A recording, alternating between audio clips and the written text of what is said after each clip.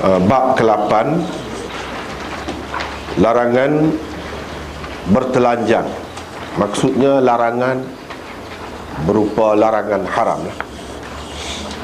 Bertelanjang ketika bersembahyang dan selainnya. Dengan sanadnya Imam Bukhari meriwayatkan daripada Amr bin Dinar, katanya, aku mendengar Jabir bin Abdullah menceritakan bahawa Rasulullah sallallahu alaihi wasallam memunggah batu bersama mereka, yakni bersama orang-orang kafir Quraisy pada ketika itu, untuk Kaabah, yakni untuk pembinaan semula Kaabah. Ketika itu beliau sallallahu alaihi wasallam memakai kain.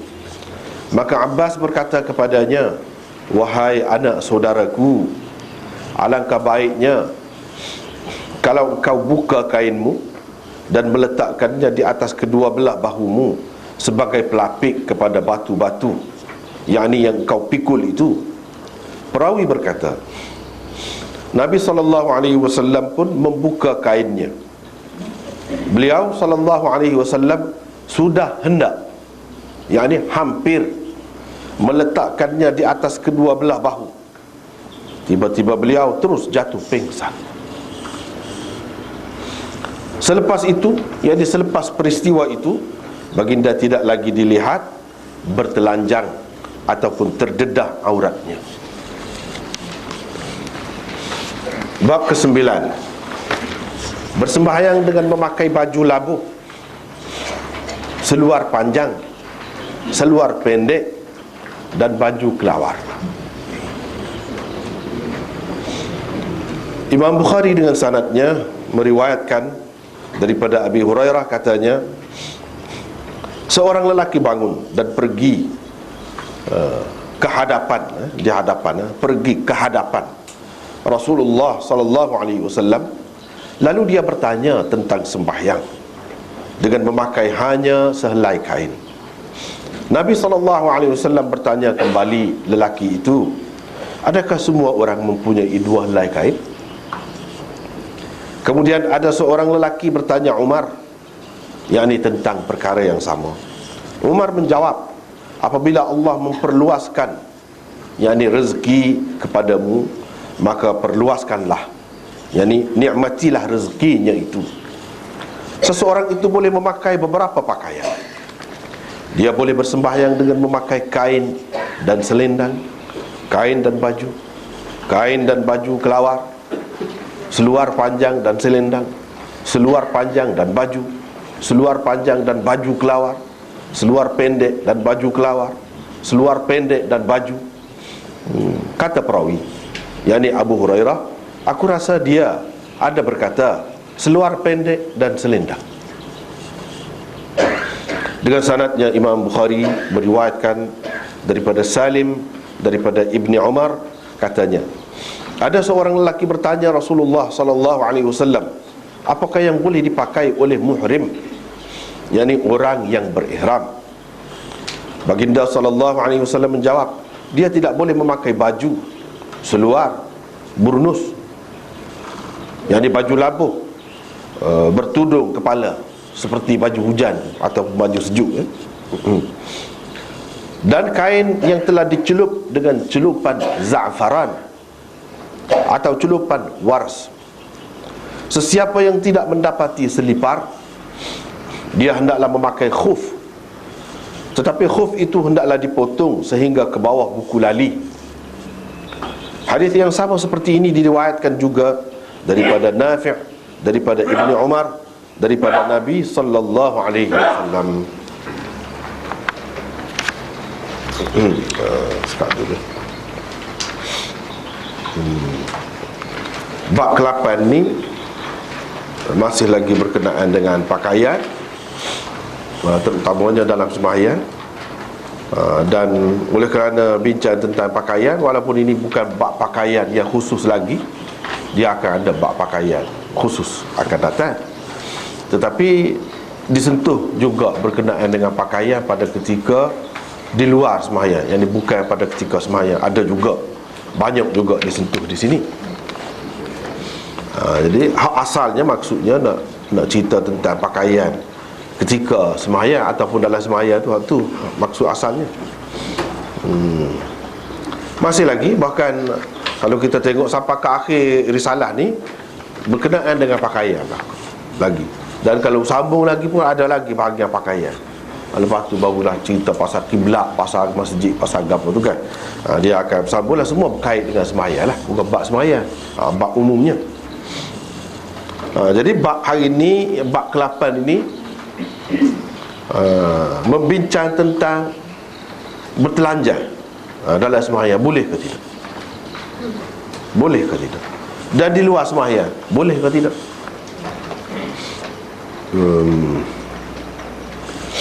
Sebelum ini sudah banyak dah juga bincang tentang pakaian ni. Di sini disebutkan karahiyah. Karahiyah atau karaha, kalau mengikut istilah ulama fiqh mutaakhirin, maknanya makruh. Makruh itu dibahagi secara umumnya kepada dua: makruh tanzihi dan makruh tahrimi. Itulah makruh. Jadi apakah di sini maksud Imam Bukhari buat tajuk ni karahiyah ni? Dia nak kata dengan makna makruh. Itu satu perkara yang kita kena faham terlebih dahulu, istilah tu. Itu istilah mutaakhirin, iyalah, memang begitulah. Tapi istilah mutaqaddimin, dan Imam Bukhari ni termasuk dalam mutaqaddimin. Mutaqaddimin yang di salaf lah. Salaf ni macam-macam pendapat ulama, macam-macam lah pendapat. Ada yang mengatakan salaf ini iaitu qurun yang disaksikan dengan kebaikan oleh Nabi SAW. Qurun sahabat, tabi'in dan tabi'in tabi'in. Itu salaf. Hak pastinya yang mesti boleh diikut salah sahabat. Hak bawah tu kena tengok dulu. Banyak perkara lah. Hak bawah lagi, walaupun secara umumnya disebut sebagai al-qurunul masyhudah, al-qurunul masyhudu laha bil khair. Walaupun disebutkan begitu, tapi secara umum tiap-tiap seorang tu tidak maksud begitu. Tapi kalau di kalangan sahabat, tiap-tiap seorang tu memang menjadi ikutan, boleh. So lagi salaf ini mengikut setengah-setengah ulamanya. Dia kata sampai abad ke-4 Hijrah. Tu salaf. Lepas pada tu tidak salaf. Ada juga yang membahagikan begitu. Ikut mana-mana pun istilah dulu, kemudian Imam Bukhari ni termasuk dalam mutaqaddimin lah, yang ni salaf. Dalam istilah salaf, karahiyah tidak semestinya, bahkan lebih banyak digunakan dengan makna haram, dengan makna larangan. Karahiyah dengan arti man'i, al-man', larangan. Larangan di situ berarti larangan haram. Sebab tu kita kata boleh kalau kita nak letak larangan tu, selepas tu kalau kita nak buat dalam bracket haram, supaya lebih jelas maksudnya. Sebab ada juga larangan tu memberi arti makruh saja kan. Tapi di sini, bahkan di kebanyakan tempat, kalau dalam kitab-kitab mutaqaddimin, karahiyah tu dengan arti haram, bukan dengan arti makruh. Jangan keliru. Jadi kalau kita baca di sini, jadi makruh saja bertelanjang di dalam sembahyang. Kalau bertelanjang pun sah juga sembahyang. Jadi faham gitu sekadar makruh je. Silap besar. Bukan makruh, haram. Sama ada dalam sembahyang, di luar sembahyang nak bertelanjang itu haram.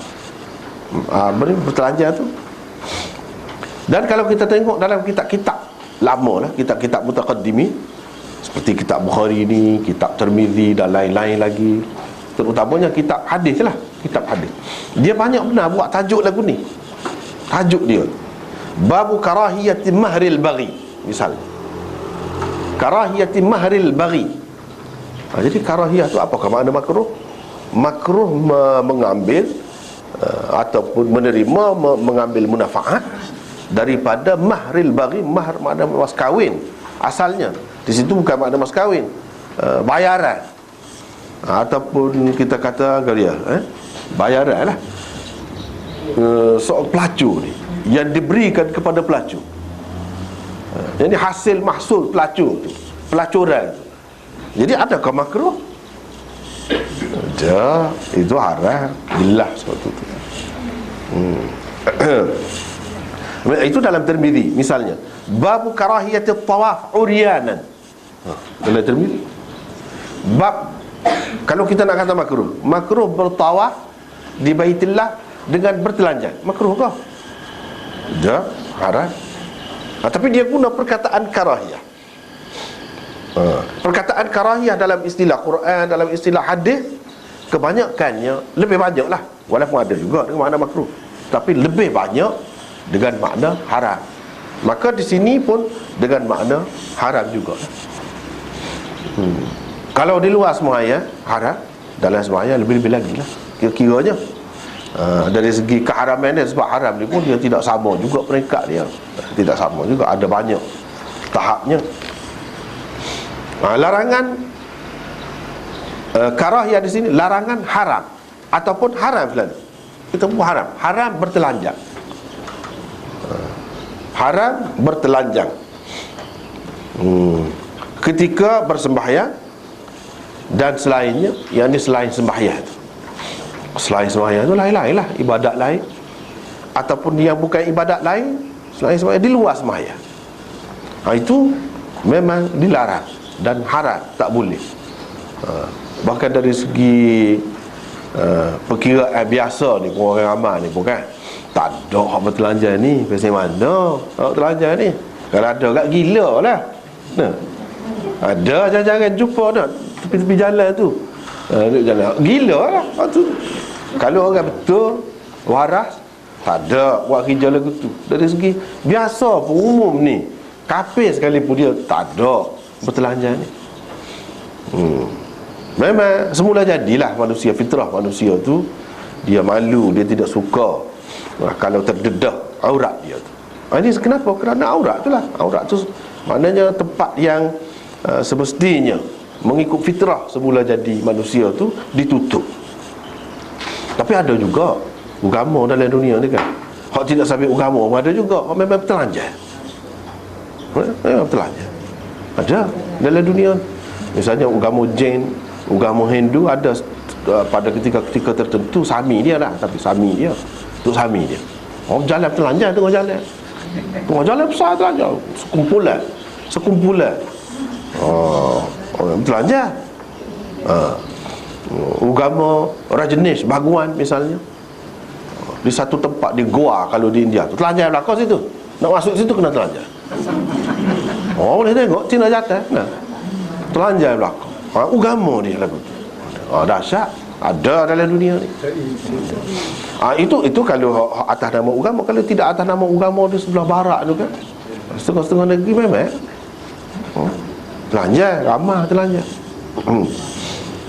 Tak boleh bagi kita orang Islam ni, jelas ada peraturan, ada peraturan, ada adab, ada kaedah kita. Di sini memang tak boleh, haram. Jangan salah faham, kata karahiyat ta'rid makruh, sama sekali tidak gitu. Tak faham lah tu kalau baca lagu tu. Kalau terjemah lagu tu dengan makna makruh saja tu tak faham. Boleh jadi banyak kesilapan dan penyelewengan berlaku. Kalau karahiyah tu atau karahah tu diterjemahkan dengan makna makruh, walaupun mengikut mutaakhirin, memanglah karahiyah dengan makna makruh. Tapi jangan pakai gitu. Ni kitab siapa ni? Kitab mutaqaddimin ke mutaakhirin? Kena tahu kitab dulu. Kitab mutaqaddimin ke mutaakhirin. Dan kalau mutaqaddimin, kena faham istilah dia. Supaya juga macam istilah nasakh dalam mutaakhirin lain. Dalam kitab-kitab mutaqaddimin, kalau dia kata mansuh, lain mana dia. Jadi bila kita baca kitab mutaqaddimin, kita kena faham istilah dia. Kalau tidak, boleh salah kita. Jadi maksudnya dalam sembahyang, dalam keadaan tidak darurat lah. Tapi kalau dalam keadaan darurat, tak ada, boleh juga, sah sembahyang tu. Sah sembahyang dan tidak jadi haram dalam keadaan darurat.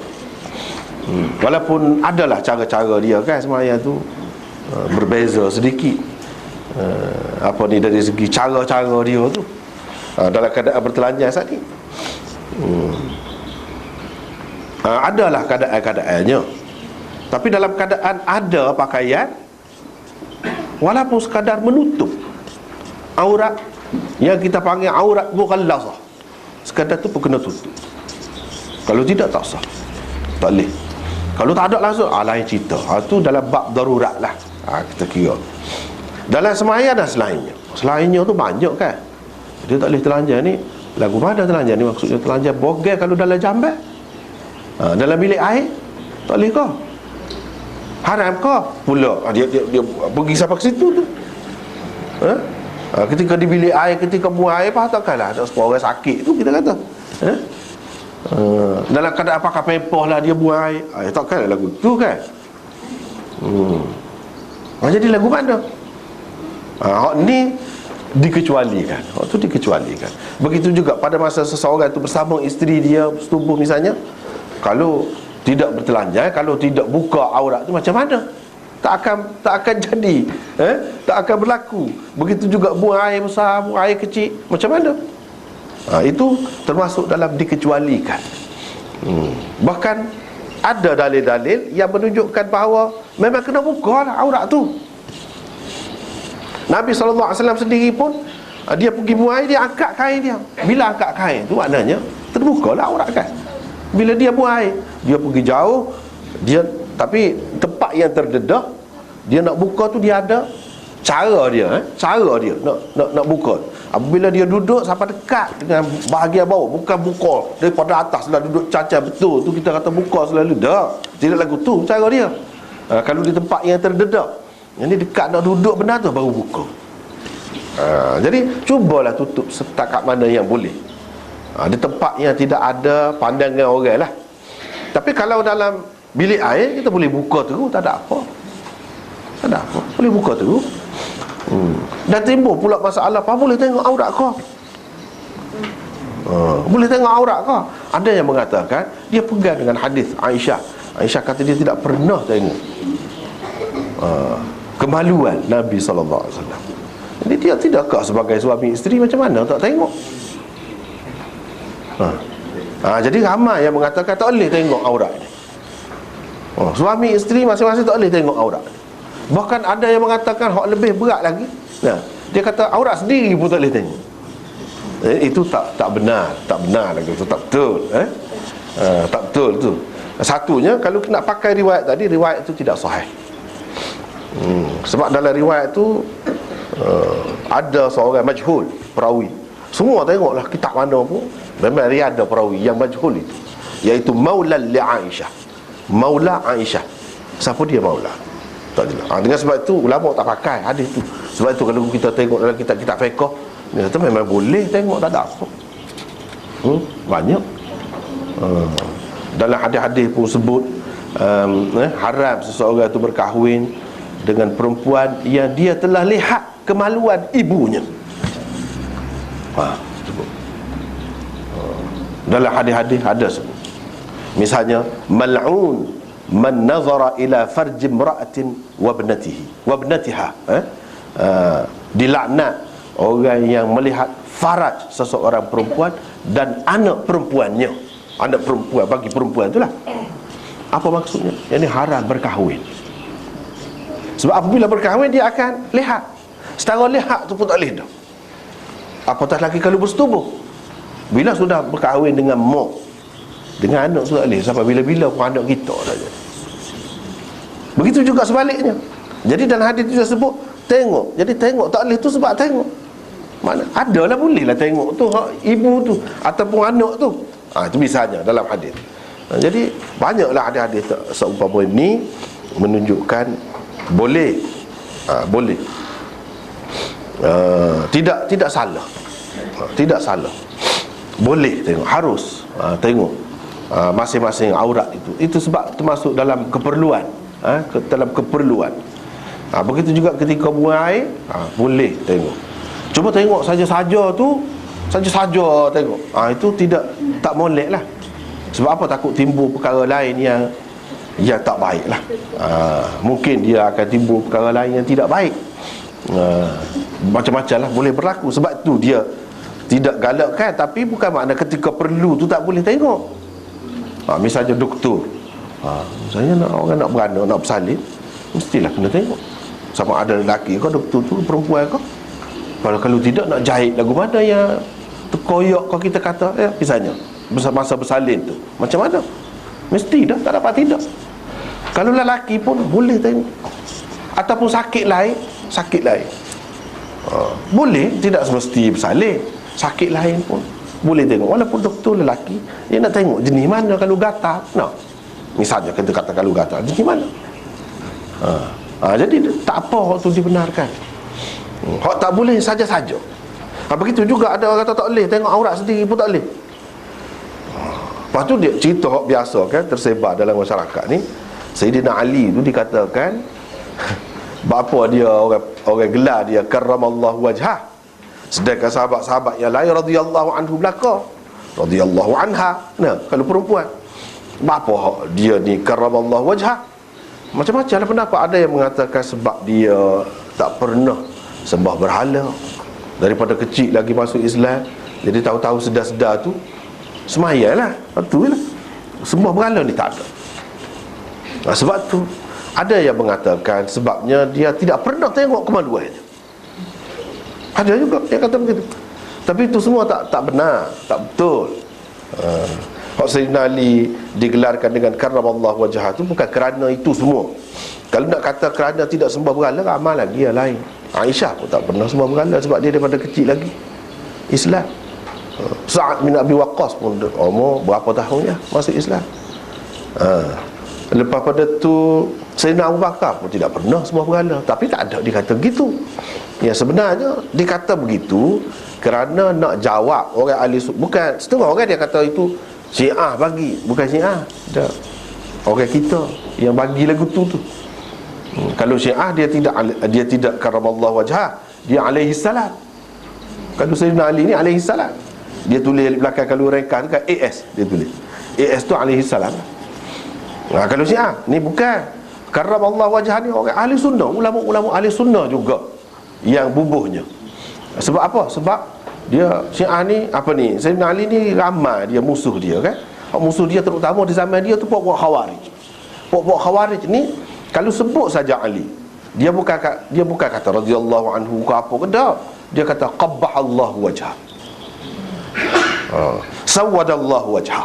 Bila sebut Sayyidina Ali dia kata gitu, qabbahallahu wajhah, makna semoga Allah menghuduhkan rupanya, semoga Allah menghitamkan rupa mukanya. Maksudnya semoga Allah menjadikan dia celaka lah. Begitulah doanya. Jadi orang-orang ahli sunnah ni nak bantah puak-puak mereka, nak bantah, nak tolak bahawa kita tak boleh kata begitu kepada Sayyidina Ali ni. Sepatutnya kita kata karramallahu wajhah sebagai balas hak tu, bukan sebagai tadi, kerana tadi dah, kerana nak balas, nak rakyat kita ahli sunnah tidak lagu tu, nak bantah, nak ajar masyarakat ni. Sepatutnya orang lagu ni kita tak kata begitu, kita kata karramallahu wajhah. Itu yang betulnya. Sebabnya orang kemudian letak supaya juga macam selalu dalam khutbah ke apa disebut nama sahabat-sahabat ni, itu kemudian dalam tarhim pada waktu pagi sebelum subuh tu disebut nama sahabat-sahabat tu kan, Ali, Uthman ke apa sebut kan. Itu asalnya tak ada, tapi dibuat gitu apabila berlaku masalah dalam masyarakat keliru. Jadi nak betul masyarakat tu, dalam itulah dia sebut kedudukan demon ini supaya orang semua insaf. Asalnya sampai Nabi tak ada benda tu. Jadi hak kata Sayyidina Ali tak tengok aurat tu pun tak betul juga. Tak ada. Itu pandangan dia semata-mata, fikiran dia semata-mata. Sebabnya Nabi SAW bukan menyuruh Sayyidina Ali saja, menyuruh orang lain, semua umat dia ni supaya lama-lama sekali dia kena bersihkan apa ni, bulu ari-ari. Dia guna istihdad. Istihdad tu guna hadid, besi, untuk menyuci, membersihkan apa ni, bulu-bulu di sekitar tu. Jadi kalau kita kata tak boleh tengok dah, belah lenggak lah kata kan cuci. Zaman dulu bukan ada macam ni safety razor ke apa kan, ataupun elektrik tu, jenis selamat tu, tak ada sampai situ. Tak adanya pisah cukur tu lah. Tak. Pisah cukur tu bayangkan kalau belah lenggak tak lagu mana. Bahaya tu. Apabila Nabi SAW kata sunat itu termasuk dalam fitrah, termasuk dalam sunnah Nabi-Nabi, bermakna dia akan membenarkan. Gitu Islam ni, kaedah dia. Kalau dia membenarkan benda tu, misalnya cukur, bermakna bila nak cukur tu kena tengok lah. Bolehlah tengok, tidak salah lah tengok. Supaya juga bila kata bersetubuh dengan isteri tu bolehlah tengok. Gitu kaedah. Tak boleh kita kata dah boleh tapi jalan tu tak boleh. Saluran nak boleh sampai ke situ tak boleh. Tak ada lagu tu agama ni. Bukan lagu tu. Ni bab larangan bertelanjang di dalam sembahyang dan selainnya. Jadi selainnya pun tak boleh juga. Tak apalah, kita pergi kepada bab yang ke-8, larangan bertelanjang ketika bersembahyang dan selainnya. Apa maksud Imam Bukhari buat tajuk ni? Sebab daripada tajuknya kita akan faham fiqh dia. Nota 402 tu kan, boleh tengok bawah tu. Menerusi bab ini, Bukhari mahu menguatkan lagi hujahnya tentang kewajipan menutup aurat. Kewajipan kau ikutlah. Kewajipan apa ni, asalnya wajib, bahasa Arab tu kan wajib, kewajiban lah kita kata. Tak apalah bahasa tu kan. Menutup aurat semasa bersembahyang. Dia nak tekan hak tu lah, nak menguatkan lagi hujah dia. Alasannya ialah mendedahkan aurat bukan sahaja dilarang syarak ketika bersembahyang, bahkan dilarang juga di luar sembahyang. Hadis yang dikemukakan di bawah bab ini adalah sebaik-baik bukti untuknya. Bukankah Rasulullah SAW telah jatuh pingsan setelah beliau membuka kain di hadapan pakciknya Abbas? AS pula salah pula dah. Jadi nak jadi sebuah syiah pula dah. Bukan, salah tu RA lah, radhiyallahu anhu. Salah. Ada banyak salah belah-belah taik kan, gaduh-gaduh. Bukan AS RA lah, radhiyallahu anhu. Apa yang berlaku itu bukan ketika bersembahyang. Hak berlaku tu pengsan ke apa, terdedah aurat tu ketika tidak sembahyang tu. Setara tu pun artinya ialah Allah tidak berkenan atau membenarkan kita membuka aurat di hadapan orang lain walaupun ketika tidak bersembahyang. Semasa bersembahyang tentulah lebih-lebih lagi tidak dibenarkan. Apa yang tidak dibenarkan oleh Allah berlaku kepada Rasulnya, tentulah benda tu tak boleh. Siapa begitu sekali, siapa dia bagi pesan Nabi itu, bila nak buka aurat mana, itu tak bahas lagi. Semata-mata aurat menunjukkan aurat ni kena jaga, tak boleh dedah, tak tutup pasar. Itu di luar sembahyang. Di dalam sembahyang lebih-lebih lagi lah kena jaga. Imam Bukhari nak ayat itu. Sebab apa? Sebab tidak dibenarkan berlaku kepada Nabi SAW pendedahan aurat. Tuhan jaga dia kan. Nabi ni maksum. Nabi ni maksum. Artinya hak terpeliharanya, Nabi terpelihara tu daripada dosa. Maksum tu ismah, sifat ismah. Orang yang bersifat dengan ismah tu, orang panggil maksum tu, terpelihara tu daripada dia, daripada dosa. Lepas tu bermakna Nabi ni tak ada berlaku lagu ni. Bermakna benda ni berdosa lah. Sebab tu tidak dibenarkan oleh Allah berlakunya pendedahan aurat daripada Nabi. Soal orang kata itu dia tak boleh dedah aurat kepada isteri dia sendiri dengan dalil hadis tadi, itu tak betul, tak boleh pegang waktu tu. Sebab hadis tu tidak sahih. Tak boleh pakai. Walaupun ada dalam banyak kitab, ada dalam banyak kitab pun, dari segi kaedah ilmu hadis ni, dia kena tengok kedudukan dia. Kedudukan dia.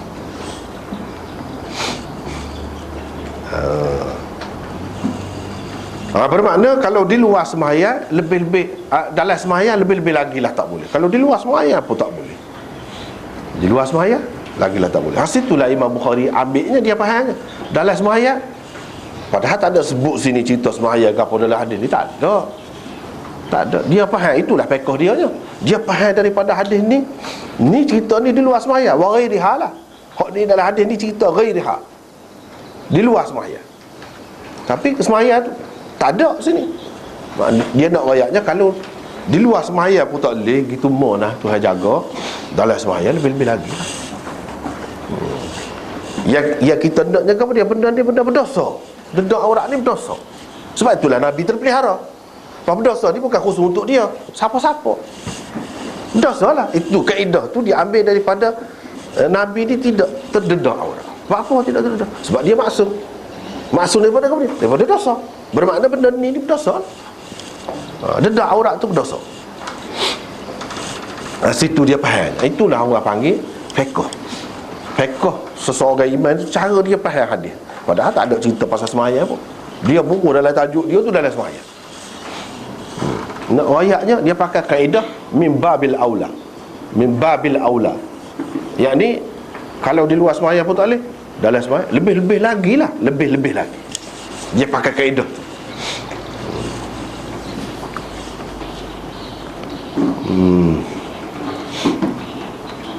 Lepas tu kita pergi kepada hadis. Hadis ini diriwayatkan oleh Jabir bin Abdullah. Jabir bin Abdullah. Jadi apa tidak sajalah ni selingnya, apa tidak Abdullah ni? Abdullah ni, wah raja jumpa Abdullah ni. Kalau tempat kita ni Abdullah seorang berkali hak raja dengar ada. Nah.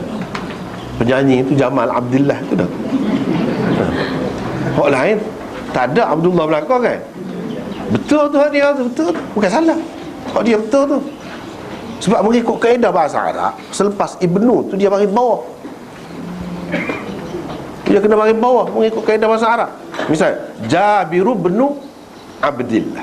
Selepas Ibnu, dia kena bagi bawah, dia jadi mudhafun ilaih. Itu dia jadi gitu. Mengikut kaedah. Hak tu betul tu. Walaupun dia seorang apa dia betul. Ayah dia pandakan lah. Tuk dia lah, tuk dia. Tuk dia tu lah. Tapi dia kena ada lah nama anak dulu. Kalau tak ada nama anak dulu, tak boleh, tak betul. Abdillah, dia kena Abdullah. Pula kaedahnya. Kalau ada nama anak dulu, baru betul. Kalau tak ada nama anak tu sekali, salah Abdillah, kena Abdullah. Itu masalah kaedah bahasa Arab lah. Saja yang kita sebut ni pasal raja takut-takut kita. Apa Abdillah ni? Nah, faham betul ke tidak? Betul kalau di situ. Macam Jabir bin Abdullah, ada bin ke tu? Betul? Aku mendengar Jabir bin Abdullah menceritakan bahawa Rasulullah sallallahu alaihi wasallam memunggah batu bersama mereka. Rasulullah munggah batu sekali dengan orang-orang kafir Quraisy untuk pembinaan semula Kaabah. Jadi cerita Kaabah ni kan, dalam sejarahnya dia beberapa kali dah sebenarnya telah roboh. Jadi bukan dah kata rumah Allah, tempat mulia, tempat kiblat, dia tidak boleh roboh, selamat, terpelihara. Tidak lagu itu. Dia terdiri daripada batu-batu ataupun bahan-bahan bumi inilah yang boleh reput, boleh rosak. Gitu. Dia kata lebih tu, hakikat dia tu, hakikat tempat itu. Dan dia berkait dengan kenangan, dengan apa yang disyariatkan oleh Allah daripada dulu lagi tempat tu. Bukan binaan tu. Kalau tak ada binaan pun kita kena mengadap. Itu juga. Kalau tak ada binaan situ, tak ada, katakanlah. Ikutlah apa-apa sebab pun tak ada. Nah, kalau hak mana pergi Mekah tu kena tawaf juga. Tawaf. Tak ada. Maknanya hakikat tempat tu. Bukan pada binaan dia tu, bangunan dia. Bangunan dia tu sudah beberapa kali dah roboh. Di zaman Nabi SAW pun pernah berlaku pembinaan semula Kaabah. Pembinaan semula Kaabah tu dilakukan di zaman sebelum Islam.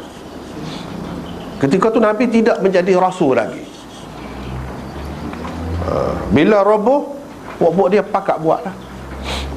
Pakat buat. Sebab kafir Quraisy ni pun dia banyak perkaranya dia ikut ajaran Nabi Ibrahim juga.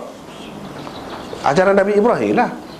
Menghadap kepada Kaabah ke apa tu, tawaf ke apa tu, ajaran Nabi Ibrahim lah. Cuma dia adalah tokok tambah, adalah perubahan yang mereka buat sedikit sebanyak mengikut nafsu mereka. Dah lama kan Nabi Ibrahim ditinggal. Itulah Nabi SAW mari baikilah apa yang tak betul tu, banyak perkara. Bila dia buat Kaabah ni, tak cukup duit yang dia kira bersih lah bagi dia. Bagi dianya riba, cara makan riba ni pun tak bersih juga. Cumanya berlakulah dalam masyarakat dan diamalkan, tapi dia tak sah. Hak judi, hak curi, hasil curi duit tu dia tak sah. Bila nak buat Kaabah tu dia memang cari memang hasil hak betul-betul molek. Ini menunjukkan fitrah manusia tu walaupun sudah berubah, dia masih ada lagi benda-benda gitu. Terutamanya benda-benda yang dia jaga tu, dia lebih lah daripada yang lain. Itu hakikatnya. Bila begitu tak cukup. Bila tak cukup tu, itulah yang jadi bina hatim tu, ataupun orang panggil hijir, yang belengkar tu di luar Kaabah tu, separuh binaan tu, ya sebenarnya itu semua sekali lah termasuk dalam Kaabah lagi. Sepatutnya binaan Kaabah tu lagu tu lah. Dan bukan 4 segi betul. Hujung dia tu belengkar lagu tu. Tapi Kaabah tu secara keseluruhannya, Kaabah tu maknanya 4 segi lah Kaabah. Binaan ataupun bangunan 4 persegi secara keseluruhan, bukan tepat 4 persegi. Sebab apa? Kalau mengambil kira hak tu kan dia belengkar gitu. Hak tu termasuk dalam Kaabah lagi. Dengan sebab tu kalau orang nak pergi Mekah, dia kena beringat bila dia tawaf, jangan masuk ke jelah tu. Dia tawaf mengelilingi Kaabah, hak tu dalam Kaabah tu je. Tak boleh, dia kena keluar. Dia ada orang jaga, dia ada orang jaga. Kalau takut orang masuk kan, mana tahu tak perasan kan, dalam keadaan ramai-ramai ni, dia suruh pergi ikut luar. Nah, itu betul. Sebab hal tu pun Kaabah juga. Hakikatnya Nabi SAW pun terlibat samalah dalam pembinaan Kaabah pada masa tu. Nabi SAW memakai kain pada ketika itu. Maka Abbas berkata kepadanya, wahai anak saudaraku. Itu kita terjemah, ya bena akhi, hak asal bahasa Arab lah. Kalau nampaknya tak nampak tu bahasa Melayu tu, bahasa surat lah, hak menasabah ni, hak sesuai. Tapi kalau bahasa Kelantan masuk, hak itulah maksudnya. Bila kata gini, awal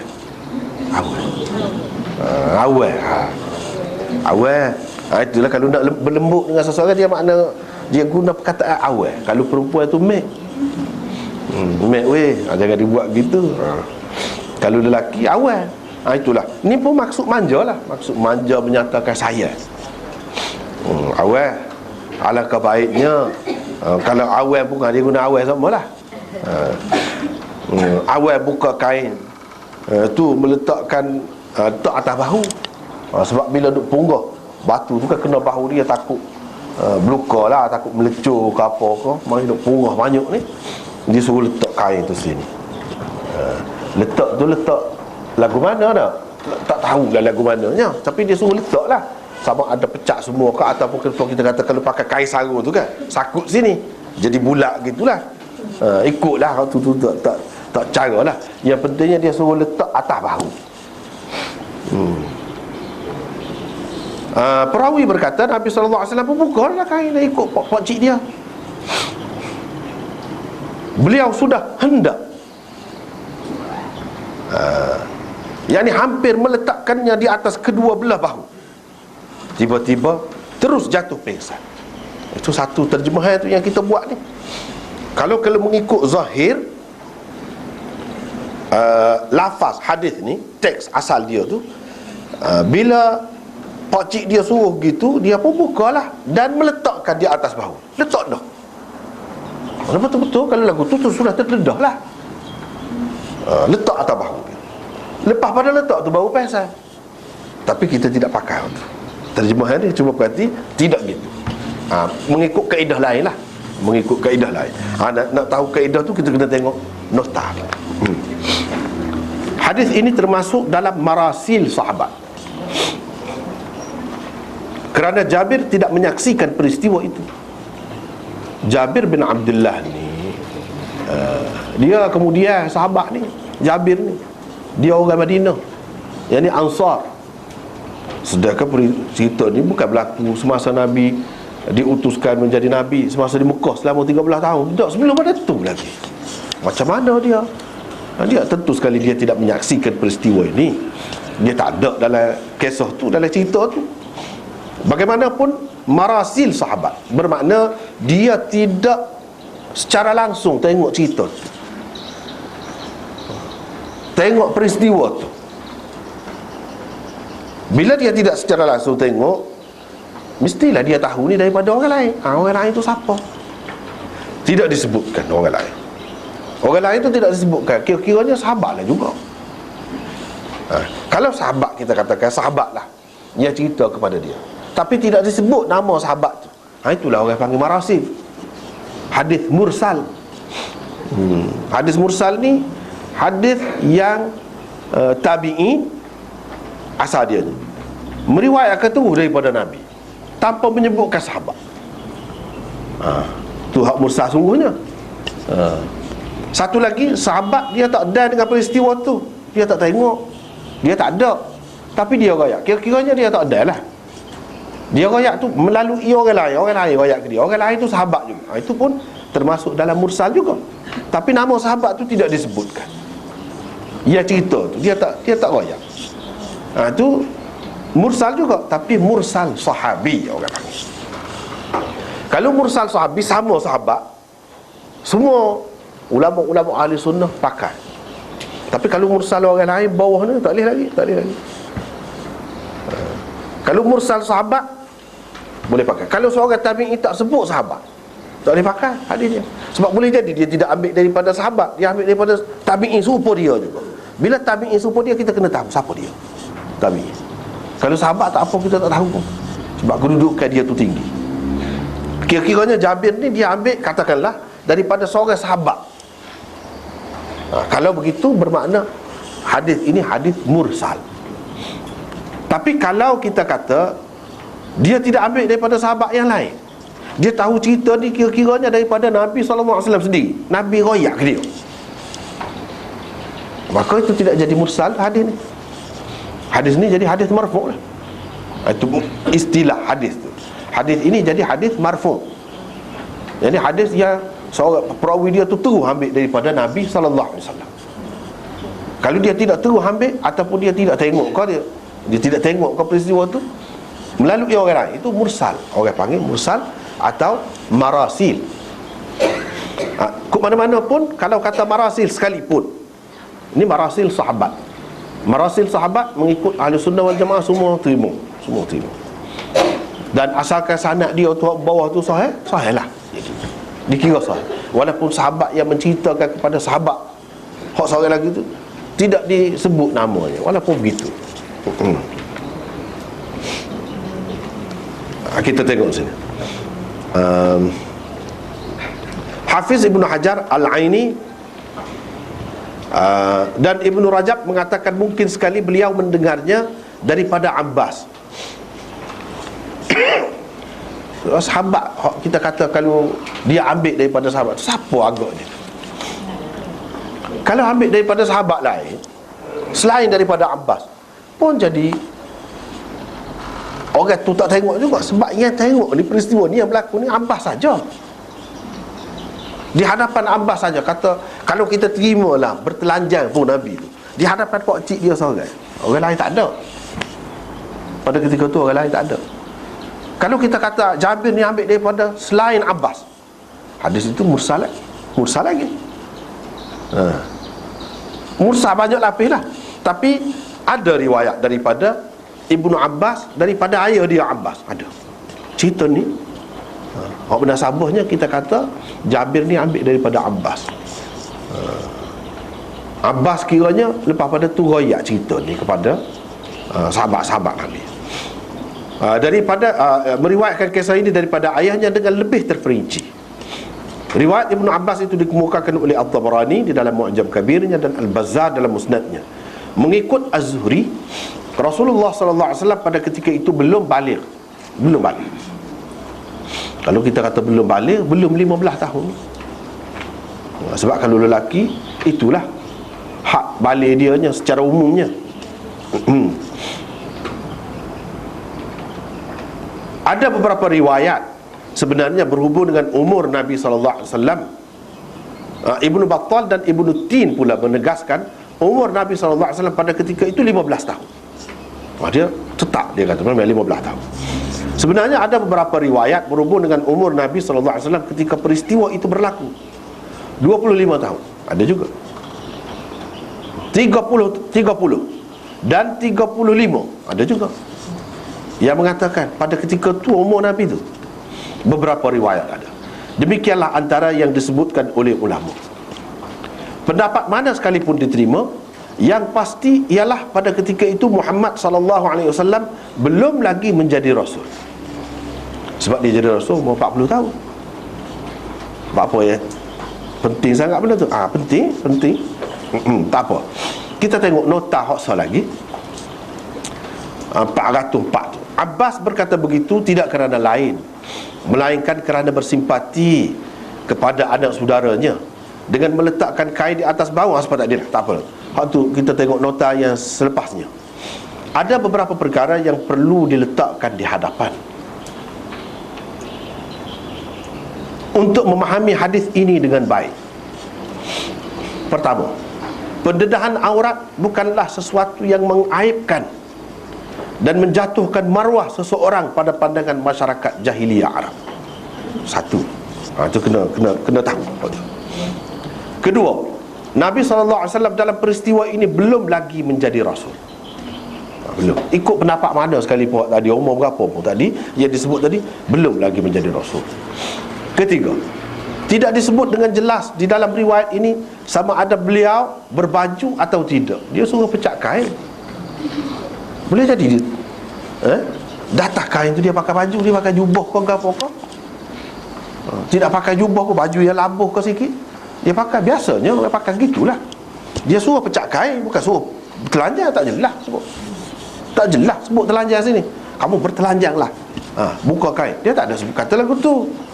Dia kata bukalah kain tu. Kalau buka kain masih berbaju, tidak terdedah lagi semuanya. Tidak terdedah lagi. Itu benda kena faham. Ketiga, tidak disebut dengan jelas dalam riwayat ini sama ada beliau berbaju atau tidak. Mungkin juga beliau berbaju. Kalau begitu, apa yang dimaksudkan di dalam hadis ini ialah sebahagian daripada aurat Nabi SAW sahaja yang terdedah kepada pakciknya, iaitu aurat mukhaffafah, aurat ringan.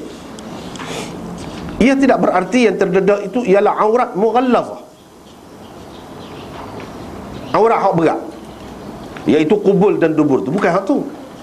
Apa yang tersebut di dalam hadis ini sebagai bertelanjang itu hanyalah tasarruf perawi semata-mata, atau ia termasuk dalam bab mubalaghah dalam cerita. Itu benda kaedah yang kena faham. Tak apa, kita baca dulu sebentar lalu. Tidak ada berlaku dalam kenyataan apa yang dapat disebut sebagai bertelanjang dalam arti katanya yang sebenar. Waktu tak ada berlaku. Dalam arti kata yang sebenarnya telanjang, tak ada berlaku. Yang keempat, sebenarnya Nabi SAW belum lagi bertelanjang. Beliau baru membuka kain dan belum lagi meletakkannya di atas bahu. Lalu beliau terus jatuh pingsan. Dalam keadaan tidak sedar itu, boleh jadi sedikit sebanyak kainnya telah terselak atau terbuka. Itu sajalah hakikatnya apa yang dikatakan bertelanjang itu. Tetapi perawi mentakbirkannya, menggambarkannya menggunakan perkataan telanjang. Itu orang panggil tasarruf perawi. Terjemahan yang diberikan di atas adalah berdasarkan perkara ketiga dan keempat ini. Cuba perhati perkara ketiga, keempat. dengan mengambil kira takdir pada perkataan faja'alahu. Itu kalau kita tengok dari sudut nahwu lah, dari sudut nahwu Arab, balaghah bahasa Arab, memang dia boleh berlaku lagu ni. Takdirnya ialah fa'arada an yaj'alahu ala mankibai. Jadi kalau kita tengok teks tu kan, faja'alahu ala mankibai, dia belum letak lagi, tapi sudah nak lala dah, kita kan. Itu dalam bahasa Arab dia guna fi'il madhi, faja'alahu. Hak sebenarnya fa'arada an yaj'alahu ala mankibai. Sebab kita terjemah tu lah. Beliau sallallahu alaihi wasallam sudah hendak, yakni hampir meletakkannya di atas. Bukan sudah letak, tak letak lagi, nak dah buka baru nak letak, tak letak lagi atas bahu tu, tak pecah lagi, baru buka. Itu maksudnya. Yang kelima, Allah memelihara Nabi SAW daripada berlakunya sesuatu yang menjatuhkan maruah Nabinya sebelum dia dilantik menjadi Nabi dan Rasul lagi. Keenam, Allah memelihara Nabi daripada melakukan dosa besar dan dosa kecil sebelum dan selepas mereka dilantik menjadi Nabi. Ini beberapa perkara ni kena letak depan. Kalau kita perhati ni, maka nampaklah beberapa perkara yang tidak berat mana. Satunya kita mengambil kira. Hak yang pertama, dalam masyarakat Arab jahiliyah, pendedahan aurat ni bukan besar mana bendanya, tidak seberat mana. Bahkan di kalangan dia tawah tu pun bertelanjang, walaupun tidak semua, tetapi setengah tu. Bukan satu perkara yang berat.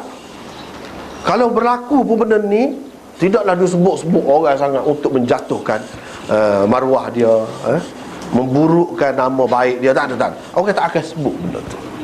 Ini bergantung kepada uruf sebenarnya, bergantung kepada uruf adat masyarakat. Seperti kita kata salah lelaki dengan perempuan, kan? Salah lelaki dengan perempuan. Di tempat kita, negara Islam, mungkinlah kita berasa aib, kita berasa aib. Tapi kalau di negara barat, bahkan tak salah tu dia anggap sombong pula, dia anggap tak boleh. Dan orang tak akan sebut memburukkan nama seseorang tu kerana dia salah dengan perempuan, atau perempuan tu salah dengan lelaki. Orang tak akan guna, tak akan jadikan isu benda tu. Sebab apa? Orang akan kata, teruk dia ni, apa faham mana pula ni. Dia gitu dalam masyarakat dia. Islam kau ni ataupun budaya mana pula yang kata lagu tu, dia tak akan terima.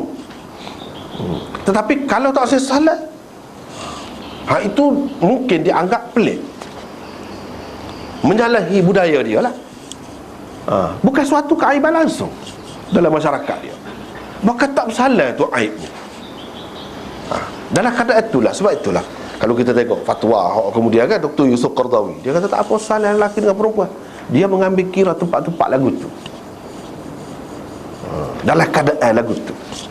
Lepas tu dia tengok tak ada dalil yang terat. Sebab ahli fiqh memang lagu tu cara dia. So kita setuju tak setuju dengan dia tu soal lain.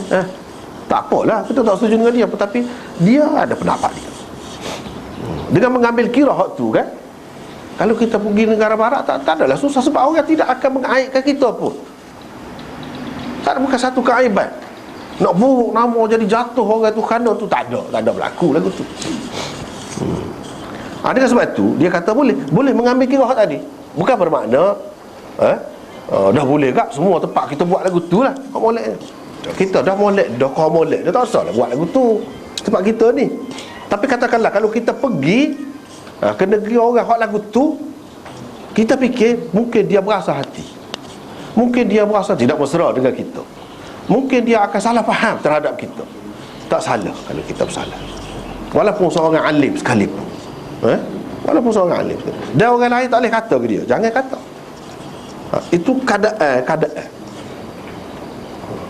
Bukan maksudnya nak menggalakkan orang ni supaya bersalah. Hak tidak bersalah dah tu molek dah lah. Jangan kerana ada hak tu pakap salah pula.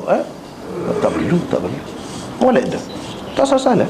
Kalau beri hadiah gapo atas pentah gapo, tak payah salah. Faham. Barulah orang nampak ini budaya Islam. Tak apa, dia tidak serasi, bukan sama faham dah. Tak salah pun, faham dah. Molek. Lagu tu lebih molek. Sebab kita kata berpakaian lah. Kalau tutup, sekadar tutup aurat, oh tak apa dah. Tapi kalau tutup lagi, kau molek. Ni sudah menuju ke arah tu, kau molek lah. Dah, kau tadi kau kata boleh tu pun tak ada dalil yang terai juga. Nabi salah atas nama salah, tak ada juga. Itu hanya ijtihad dia, pendapat dia. Biar ke dia lah. Biar ke dia. Nak ceritanya benda ni mengikut adat. Seperti zaman Nabi Musa dulu kan. Nabi Musa tu, tu lah dalam ayat tu, ulama-ulama tafsir banyak kali sebutlah ni bila nak tafsir ayat. Ya ayyuhallazina amanu la takunu kallazina adzaw Musa fabarra'ahu Allahu mimma qalu wa kana 'indallahi wajha. Tu ayat tu. Wahai orang-orang yang beriman, jangan kamu jadi serupa dengan orang-orang hak mengganggu, menyakiti Musa dahulu. Dia ganggu. Lepas tu Allah SWT membersihkan Musa daripada tuduhan dan kata-kata mereka itu. Musa adalah seorang yang ternama di sisi Allah. Artinya Tuhan akan jaga dia. Kalau ada benda-benda yang mungkin memburukkan nama dia, mengaibkan dia, Tuhan akan bersihkan dia. Tuhan akan bebaskan dia daripada tuduhan yang bukan-bukan tu. Gapo dia ulama sebutnya hak mengganggu Nabi Musa ni? Antaranya dia kata pasal pupuk dia kan mandi sungai, dia telanjang sama-sama dia. Tak ada gapo-gapo apa. Kamu tengok aku tengok kamu, tak ada apa dalam masyarakat dia. Biasa je dalam masyarakat pada masa tu. Nabi Musa ni tidak buat gitu. Nabi Musa mandi seorang. Dia cari tempat-tempat yang sunyi, tempat tak ada orang, situlah dia mandi. Orang lain tak. Orang lain mandi tak apa-apa. Kalau katakan Nabi Musa dia mandi dengan dia pun tak apa. Tak ada apa-apa dia. Kalau katakanlah Musa dia mandi telanjang sekali dengan dia pun, mengikut adat dia tu, kebiasaan dia, dia tidak akan nampak apa-apa keaiban pun. Tetapi Musa ni kan seorang yang ternama, terpilih, mempunyai kedudukan yang tinggi di sisi Allah, tidak sesuai. Artinya ke arah menjaga aurat ni lebih molek. Kita kena ke arah tu. Walaupun kalau nak kira masyarakat tu tak apa. Lepas tu pokok dia kata, ya Musa ni apa tak mandi sekali ni. Hak ni kata gini, hak ni kata gini, macam-macam lah kata. Antara yang katanya, ada hak katanya apa dia? Dia kata Musa ni batu dia tu besar, kata dia. Dia buruk, kata dia, penyakit buruk. Musa ni penyakit itu. Sebab tu dia malu, dia kata nak mandi sekali dengan kita. Pergi ke situ. Allah SWT ni dalam Bukhari sendiri, walaupun setengah-setengah orang dia tak terima hadis tu, dia kata mengaibkan Nabi Musa. Padahal hadis tu ada dalam Bukhari. Dia kata hadis tu tak betul, mengaibkan Nabi Musa, tak menasabah benda lagu tu berlaku. Ada yang kata begitu. Antaranya Syekh Muhammad Al-Ghazali dan ramai lagi yang lain. Dia tak terima hadis tu walaupun ada dalam Bukhari. Dia kata tidak sahih. Ini termasuk dalam tasarruf perawi ke atau apa ke, dia tak terima. Tak apa, masing-masing lah. Syekh Muhammad Al-Ghazali tutup buku kepada Yusuf Qardawi puji banyak dia, banyak kara puji. Ada kurang gitu gini tu, tak apalah manusia kan, ya ada lah kurang lebih dia tu. Saja kita nak cerita dia tu antara hak tak terima. Bagi orang yang terima, dia kata tak ada apa masalahnya. Tak ada aib Nabi Musa. Jadi ceritanya satu kali sudah Allah SWT nak bersihkan Nabi Musa. Nabi Musa mandi seorang, kain dia telanjang juga, tapi dia mandi seorang. Sebenarnya dulu kita sudah bicara dah ketika bak mandi dulu kan, Nabi Ayub mandi telanjang juga, tapi telanjang pun tidak depan orang. Tak apa lagu tu. Dia letak kain dia atas batu, satu batu besar. Tiba-tiba bila dia mandi, batu tu buat lari buat kain dia tu. Batu tu buat lari kain dia. Dia pun tengok, dia hambal, kejar. Dia kejar batu tu sampai batu tu pergi berhenti depan orang ramai. Jadi bila situ dia pun sapa tu berhenti tu, dia pun ambil kain dia tu, dia pun pukul batu. Sampai bekas batu. Beberapa bekas tangan dia kena pukul ke Nabi Musa sini. Bila begitu pokok dia pun tengok, tak ada gapo pun Musa sebab kita ramai-ramai. Kesimpulannya mereka telah tengok aurat Nabi Musa. Aurat mughallazah tu kira-kira mughallazah tu. Sebab tu dia pun dia yakin tak ada gapo apa. Jadi kita duduk kata tu tak betul lah. Habis cerita, habis kat. Lepas tu tak ada panjang lah, tak ada panjang. Sebab bagi dia tak ada bersama anda benda tu. Sekala pupuk dia duduk mandi telanjang, ramai-ramai gitu. Kalau kata Nabi Musa mandi sekali dengan dia, boleh tak ada apa. Ya dia jadi kata gitu gini sebab Nabi Musa tak mandi sekali dengan dia. Kalau katakanlah Nabi Musa mandi sekali dengan dia, tak ada apa-apa. Dan dalam syariat Nabi Musa tak apa aurat lagu tu. Sebab kalau tidak dia larang dah lah. Nabi Musa tu larang dah. Apa mandi telanjang? Dia tak ada. Sekurang-kurangnya kalau dia ajar gitu, lepas tu umat dia ni tahu dah, mestilah pokok dia suka tengok ajaran dia. Dia gila aja, kita tengok. Tapi tak ada kata lagu tu. Menunjukkan dalam syariat dia, ulama-ulama faham, tak apa. Tidak termasuk dalam perkara besar sangat aurat ni. Hanya jadi berat dalam syariat kita. Jadi berat. Nak ceritanya tadi, ni budaya ataupun keadaan masyarakat adat tu dia tak serupa. Sini benda ni berat, sini tidak berat. Kita tengok tempat kita ni berat. Ada seorang kawan saya, dia pergi nak belajar di Indonesia. Di satu tempat, dia pergi banyak tempat lah dia menjelajah. Antaranya dia pergi satu pesantren. Dia panggil pesantren, pondok lah kita. Dia pergi situ mandi telanjang. Tok guru dia tak kata apa. Pelik juga tu, tak boleh pergi tu dah. Sama-sama lelaki lah, mandi telanjang dalam satu tempat tu, mandi telanjang. Memang biasa lah tu. Tapi kita ni sudah terikat dengan syariat Muhammad kan. Tak ada dah pesantren tu tak apa, pesantren ni tak boleh, tak ada dah, serupa je. Memang tak boleh. Tu tak betul dah tu kalau lagu tu. Boleh kata selalu lah. Tapi kalau syariat lain kita kena tengok dulu. Nak cerita tadinya dia tak serupa. Kalau walaupun setelah zaman sekarang ni syariat Muhammad, setengah-setengah orang nak pakai kita, dia tak nak apa-apa tu. Soal salah tu soal lain. Itu lain. Tapi dia tak ada berasa apa-apa. Dia tak boleh lah nak memburukkan seseorang tu dengan menyebutkan benda tu. Sebab apa dia sendiri benda buat? Tak ada. Dalam masyarakat Arab pada masa tu pun gitu juga. Satu perkara. Kalau katakanlah terdedah aurat, tidaklah besar mana, tak adalah sebelah mana. Apalagi hak berlaku kepada Nabi SAW ni, siapa aja tengok, pak saudara dia, bukan orang lain. Sedangkan dalam hadis yang lain dia sebut al-am sinwa abi. Pak cik, pak saudara ni serupa dengan ayah lah. Serupa dengan ayah. Jadi kalau serupa dengan ayah, tidaklah seberat mana. Apalagi masyarakat pun tak ada lah kata aib sangat. Ini pula terdedah kepada pak cik je saja. Kalau kita kata memang terdedah sungguh. Kalau pak cik tu misalnya nak bersunat ke, nak pergi nak menenangkan anak saudara dia tu, bila nak pergi bersunat dia tengok tak apa. Pak cik dia serupa ayah dalam hadis. Itu hadis sahih. Kalau kita ambil kira tu, tak apa, ringan, benda ni tak ada sebelah mana. Yang kedua, Nabi SAW dalam peristiwa ini belum lagi menjadi Rasul. Kalau kita kata ini satu kesalahan, hak Nabi SAW terpelihara, ni dia terpelihara selepas dia menjadi Rasul. Sebelum dia jadi Rasul, terutamanya benda-benda lagu saat ni, setara saat ni, dia tak apa berlaku. Tak apa berlaku. Hanya satu kesalahan. Dosa gapo ni tahu setelah Nabi SAW jadi Rasul. Dia dapat wahyu, benda ni dosa, benda ni salah, benda ni ada pahala, benda ni gapo. Kalau tidak, dia sekadar kesalahan gitu je. Sekadar kesalahan itu boleh berlaku kepada seseorang Nabi, terutama sebelum dia menjadi Rasul.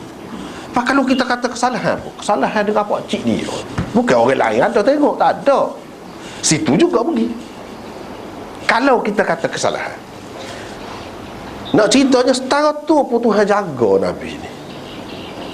Kita nak pergi ke arah Nabi ni Tuhan jaga, setara tu pun tidak berlaku. Hak cerita ni, ini termasuk dalam tasarruf perawi ataupun mubalaghah dalam bercerita. Mubalaghah ni berlebih-lebih lah, berlebih-lebih dalam cerita. Yang ketiga, tidak disebut dengan jelas dalam riwayat ini sama ada beliau berbaju atau tidak. Banyak kali kita kena tengok, tak jelas lagi. Kalau dia pakai baju, letak data baru, bukan tidak akan jadi dedah aurat lagi. Kalau ia buat aurat mukhaffafah. Aurat mukhaffafah mughallazah gapo ni selepas rasul. Sebelum tu tak ada gapo. Kalau iya kita kata pakai baju atas pada lutut, kenapa lutut sikit?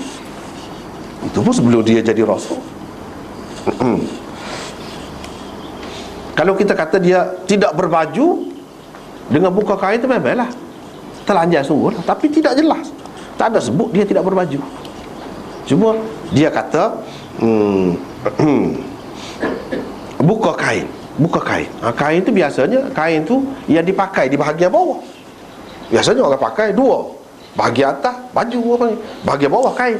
Dia suruh ni izar, bukan dia suruh pecah semua kain yang ada di tubuh tu, tidak. Izar tu pada kain yang dipakai di bahagian bawah. Dan yang dipakai di bahagian bawah, kalau kita kata kemeja, baju kemeja, sikap tu memanglah bolehlah kita kata nampak aurat. Tapi orang Arab ni biasanya dia tidak pakai hal lagu tu, terutama zaman itu. Dia pakai baju labuh. Kalau tidak jubah pun sampai sekat lutut dia pakai.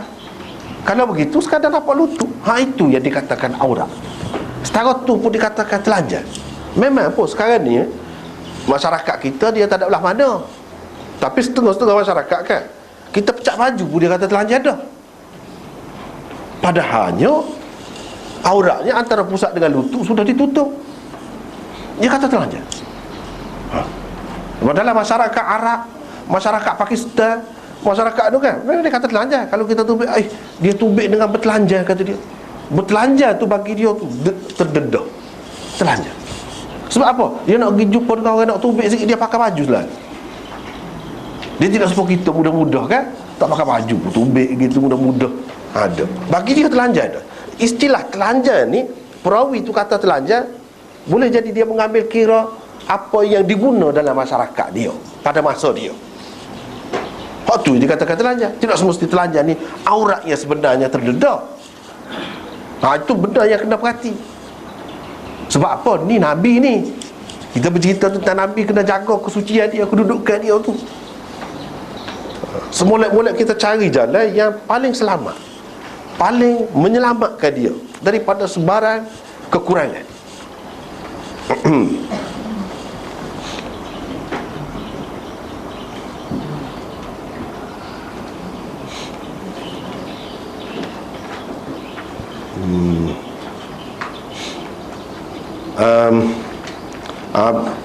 Kalau begitu, apa yang dimaksudkan ni aurat mukhaffafah mungkin terdedah. Ia tidak berarti terdedah itu ialah aurat mughallazah.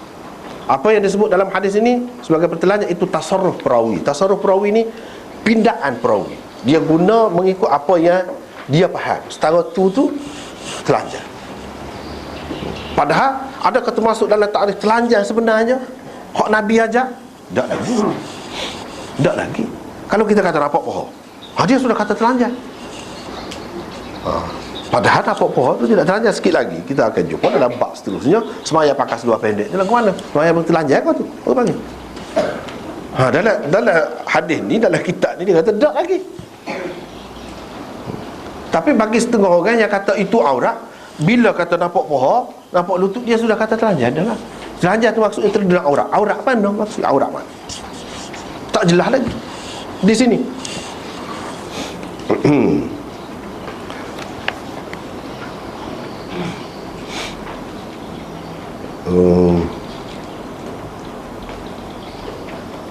Ataupun mubalaghah. Mubalaghah tu berlebih-lebih dalam bercerita lah. Setara tu dia panggil telanjang dah. Ya betul lah. Ya keempatnya, sebenarnya Nabi SAW belum lagi bertelanjang. Beliau baru membuka kain. Baru buka kain, bukan telanjang betul lagi. Dan belum lagi meletakkannya di atas bahu. Lalu jatuh pengsan. Apa pengsan? Sebagai teguran daripada Allah SWT, peringatan daripada Allah SWT. Kena jaga benda-benda lagi ni, walaupun depan pakcik, apalagi depan orang lain. Imam Bukhari ni ayatnya, ni di luar semaya ni jaga gitu mu. Kalau dalam semaya lebih-lebih lagi lah, tak benar sabahnya kalau telanjang. Kalau kita terima hak ni, dia nak ceritanya Tuhan tegur, bagi peringatan, jangan berlaku begini, jangan semula berlaku begini. Padahal ketika tu tidak lagi dia ni menjadi rasul, jelas dah. Kalau kata umur 35 sekalipun, Tadi kan ada beberapa riwayat, kalau ambil kira umur 35, kalau mengikut Ibn Tin dan Ibn Battal, dia kata 15 tu lagi-lagi ingat. Setara tu pun ikutlah ke mana-mana. Nak ceritanya Tuhan jaga dia tu. Ismah, terpeliharanya seseorang rasul tu bukan terpelihara selepas dia menjadi rasul. Sebelum dia menjadi rasul pun, kalau nak ada orang panggil telanjang, ikutlah dalam makna macam mana seperti yang kita bahas tadi. Tu je kalau nak ada. Ini menunjukkan kepada mana pun bertelanjang itu sesuatu yang tidak disukai dalam agama, perkara yang tidak molek. Sebab itulah tidak dibenarkan berlaku kepada nabinya, walaupun ketika itu belum lagi dia menjadi rasul. Hak cerita berlaku kepada Nabi Muhammad tu ya, orang hak kata tadi dia tak saya terima. Hak Nabi Musa tadi dia kata ni setelah Nabi Musa jadi nabi dah ada kena sabah gitu. Satunya kita kata boleh terima hadis tu sebab masyarakat dia tu tadi tidak menganggap benda tu benda aib pun. Kalau Nabi Musa mandi sekali dengan dia pun dia tak kata apa. Tak ada timbul adalah persoalan dan kemuskilan tadi. Sebab Nabi Musa tak mandi dengan dia tu dia timbul kemuskilan. Siapa begitu? Satu. Yang kedua dia tak say terima tu jadi aib lah Nabi Musa, dia kata. Walaupun kita kata masyarakat tidak pandai aib, dia tak say lah, dia kira hak masa dia sampai dia. Jadi tak pernah sabar benda tu berlaku pada seorang Nabi. Jadi bahan ketawa orang ataupun suka, sebenarnya tak ada gapo, boleh terima tu. Yang keduanya dia kata batu tu lagi ke mana batu. Dia tidak faham ini mukjizat. Cara Allah SWT nak membersihkan seseorang Nabi dia tu daripada cemar nama dia, macam-macam cara dia. Dia boleh buat dengan cara dia, batu bawa lagi. Apa tak boleh? Kita kata itu mukjizat. Lepas tu mukjizat. Orang ni dia fikir pasal dia fikir hak semasa dia. Seperti orang kata salah ni aib tak molek, dia fikir duduk sini. Jangan fikir duduk sini, duduk sana tu. Duduk di zaman tu, barulah selesai. Ni dia kata Nabi Musa tak pernah sabar lah jadi aib depan orang ramai. Batu-batu tu buat pergi macam. Dia tak faham ini mukjizat. Dia kata mukjizat apa? Alahkan aib. Dia buat pergi kotor semacam. Benda tu tidak aib pun dalam masyarakat tu. Lepas pada tu dia kata macam mana Musa pergi, batu Musa kecek kata ke batu tu. Batu Musa pukul jadi bekas tangan. Batu nak bekas lagu mana dia kata. Sebab tu kata dia tak faham masalah mukjizat tu. Kalau faham masalah mukjizat, terima masalah mukjizat, boleh faham benda tu boleh berlaku. Batu pun boleh bekas. Nak royak bisa tangan dia tu, batu yang keras tu jadi macam tanah liat saja. Tanah liat. Apa tak boleh berlaku? Mukjizat kan? Kan sebelum pada tu ada peristiwa, dia bukan maksud nak mati orang tu, dia gocoh tu. Mati. Tangan dia tu bisa. Tu bisa tangan dia. Ada juga orang bisa tangan tak boleh tebal. Tapak jadi bengong. Boleh jadi mati. Mati. Tapi dia tidak maksud nak bunuh. Tak. Pada masa tu dia tak tahu setara mana dia. Memang kuat kalau orang lain berapa orang akak tu tudung telaga tu. Dia akak seorang. Apa orang lagu ni tak boleh. Apa tambah dengan mukjizat pula. Tak boleh. Tu serupa juga orang duduk muskil kata tapak Nabi Sulaiman tu lagu mana? Tapak Nabi Sulaiman duduk dekat Kaabah tu dah. Ada tapak Nabi. Bukan Nabi Sulaiman, Nabi Ibrahim. Tapak Nabi Ibrahim tu lagu mana? Tadi lah semua tadi juga. Apa Nabi Ibrahim duduk atas batu tu, batu keras. Macam mana nak boleh bekas gitu mau? Dia duduk muskil tu. Satunya seperti tadi. Yang kedua je batu-batu ni setengah-setengah yang jadi batu ni asalnya tanah. Tapi dengan sebab lama sangat dia jadi batu, jadi keras. Pada masa tu tidaklah sekeras tu. Pada masa tu boleh bekas. Benda tu boleh selesai lagi. Tak perlu kita menafikannya. Macam saat ni pun ulama yang kata dia tak boleh terima hadis tadi sebab beberapa perkara dah dia tengok beberapa perkara tadi tadilah. Sebab dia tak boleh terima ni. Antaranya Nabi Musa tapar malaikat di malakul maut ni tapar sampai tubik mata dia. Sampai tubik mata. Macam mana kata dia? Nabi Musa malakul maut lagi ambil nyawa dia tapar kata dia. Itu ada dalam Bukhari, dia tak terima. Padahalnya benda tu boleh selesai. Tapi tak apa dah, ikut dia lah, masing-masing lah. Tu kan masing-masing lah. Nak cerita je Muhammad Al-Ghazali antaranya dia tak terima. Macam mana tapak malaikat, kata dia. Nabi Musa tak tahu dia nak pergi ambil nyawa. Nabi Musa tak tahu cerita. Sebab Nabi Musa nampak orang duk ngendak dia ni. Buat apa ni? Tidak salah kalau dia tahu apa-apa. Besar tangan dia tu tubik mata. Macam mana dia kata malaikat tu jadi ada mata tubik gitu? Dia kalau dia berupa manusia, dia akan berlaku seperti manusia. Gitu benda macam. Tapi bila dia balik kepada asal, tak ada lah. Sebab kita kerak air, kerak. Dia takut pula. Takut tu. Sama tu je benarnya. Kita kata kerak, kita pisah sekalipun, bubur dalam satu bekas, terpisah. Bila kita buka saja dinding tu, campur selalu air. Kita tahu tu je benarnya. Malaikat tu pun bila dia mari dalam rupa manusia, lagu tu. Jin lagu tu juga. Memang kita tak boleh nak pegang, tak boleh nak tengok. Tapi kalau dia berupa dengan sesuatu, dia berupa dengan ular, kita pukul, sekecok dia sakit kaki tu. Pukul ekor dia. Kalau pukul kepala, kena kepala, boleh jadi mati. Kalau betul. Tetapi kalau dia tidak berupa, kita tak boleh. Tak boleh. Tak ada nak pegang. Kalau betul lah juga. Dia tidak tahu. Kalau dia tahu, sebab dia duduk miskin, apa dia tidak redha dengan keputusan Allah nak suruh dia mati. Kalau dia tahu, iyalah masalah dia tak tahu. Lepas tu boleh kalau Nabi ni tak tahu. Apa? Nabi bukan semua tahu. Ada di situ siapa jadi tolak ada Bukhari kan. Tapi tak apalah, masing-masing lah. Kita sendiri pun ada juga setengah-setengah hadis tu kita tak boleh terima. Masing-masing pendapat lah.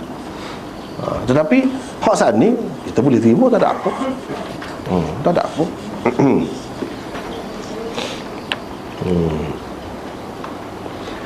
Beliau jatuh pingsan. Selepas peristiwa ni, masalah bertelanjang, ada soal lagi. Nabi SAW dia Tuhan jaga dia sebelum dia jadi rasul. Sebelum dia jadi Nabi, dia jaga benda-benda yang melekatkan. Ada pernah pada masa kecil tu, saya dia nak pergilah tempat hiburan lah kira-kiranya. Dia pergi juga, sampai pergi dia mengatuk, jadi jendera tidur sampai kesuluh. Tengok Allah SWT jaga juga dia. Dia jadi tak tengok, tak ikut ramai-ramai. Itu pun semasa budak juga, Tuhan jaga. Nak ceritanya seorang Nabi ni lagu mana, memang dia terpelihara. Dia tidak semesti serupa seorang wali. Seorang wali boleh jadi seorang ahli maksiat yang besar dulu, dia boleh jadi wali. Boleh. Seorang alim boleh jadi nakal tak kira masa kecil dah. Nakal tapi Tuhan boleh jadi alim. Boleh. Tapi Nabi tidak lagu tu. Tidak lagu tu. Sebab Nabi ni dia bukan boleh dengan usaha. Kewalian, kealiman, gapo-gapo, kebijaksanaan ni biasa ni, dia boleh dengan usaha. Boleh usaha. Nak jadi wali macam mana, ikut cara dia, boleh. Nabi tak boleh usaha. Ia kurniaan. Kurniaan. Kita manusia ni pun ada juga hak kurniaan. Kata Tuhan bui cerdik pelik. Tuhan bui bukan boleh usaha. Bukan boleh usaha. Tak padan dengan makan wasabi 21 biji pagi-pagi tu. Makan air tawar apa tak ada apa tu. Memang Tuhan bui. Ada juga kan nak suruh kita faham bahawa ada benda hak Tuhan bui ni memang kita tak boleh. Usaha tak boleh. Hak paling tingginya hak Tuhan bui kenabian. Tu tak boleh usaha. Otak kepintaran tu tak boleh dah. Kita tak boleh usaha dah. Apatah lagi kenabian. Lagilah nak cerita je kepada dia. Benda ni istimewa sangat. Orang panggil kenabian, kerasulan ni besar. Dia tidak seperti orang cerdik, orang bijak, orang ahli fikir ke apa. Dia ni ramai-ramai, supaya ramai-ramai. Cuma dia boleh lebih sikit dari segi ni. Dia bertukar perangai daripada nakal jadi juruh, kita kata gitu. Nabi tidak. Kalau Nabi kita kena faham akidah kita. Ni akidah ni bukan cerita-cerita gitu saja, akidah. Walaupun ngaji hadis pun akidah ni kena faham gitu. Tak boleh faham Nabi ni main-main, tak boleh. Semua orang lain kena jelas dia tu gapo dia boleh berlaku kepada dia, gapo dia tak boleh berlaku. Kalau kesalahan dia tu orang panggil maksiat dah kah? Dosa dah kah? Dah. Orang panggil zallah, kegelinciran. Dia tergelincir, tersasul sikit. Setara tu tak boleh kata dia berdosa, dia melakukan maksiat. Tak ada Nabi masuk. Tak boleh tiba main. Walaupun langgar perintah Allah pun, wa asa adamu rabbahu faghawa. Asa tu asal makna dia deraka.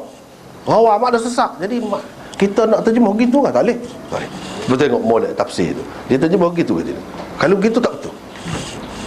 Dia kena tengok terjemahan biar sesuai dengan kedudukan Nabi. Cuma dia guna perkataan itu kadang-kadang berat. Sebab bagi dia walaupun sekecil tu, benda tu sudah berat dah. Sebab apa? Nak jaga sangat ni lah. Sebab Nabi ada dilarangkan makan pokok tu kan.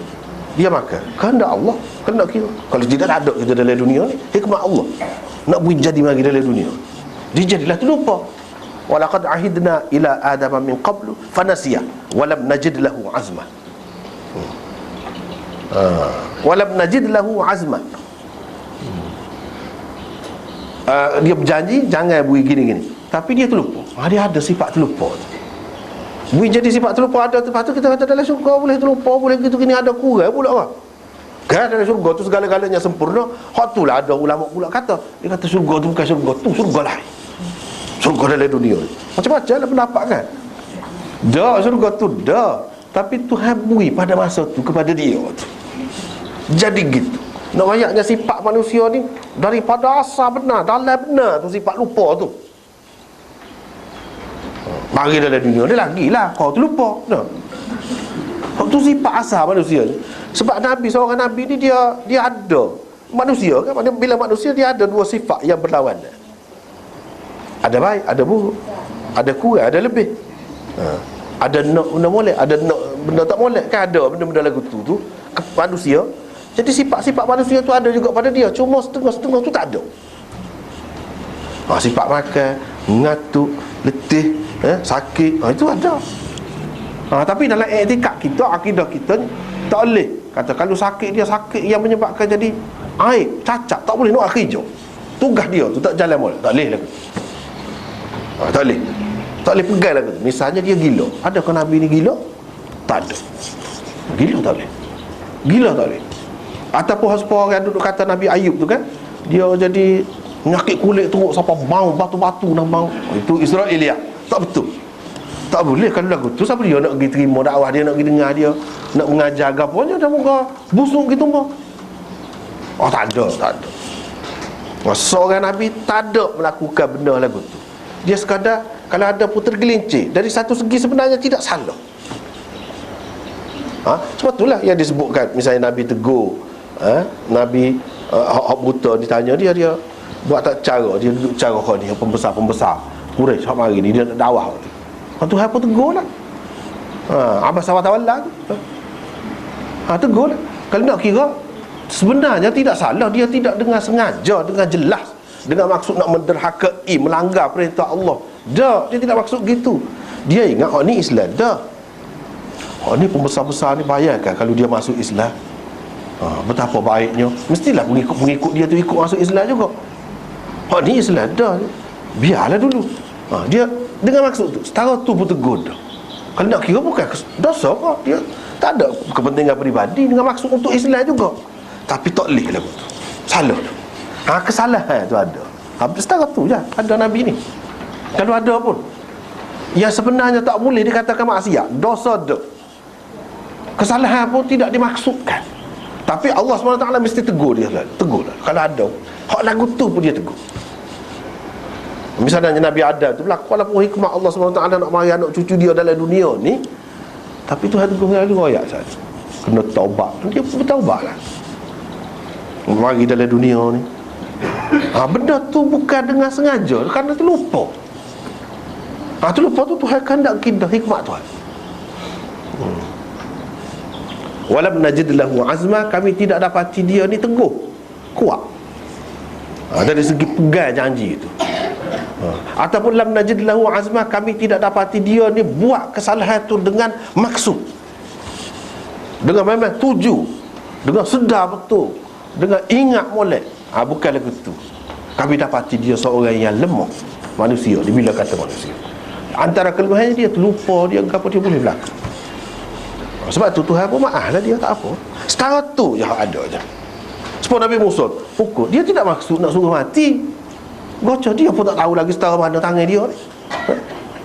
Dan dia gocah pun bukan derah. Sebab kita kata lah, bahar dengan lidi, mati.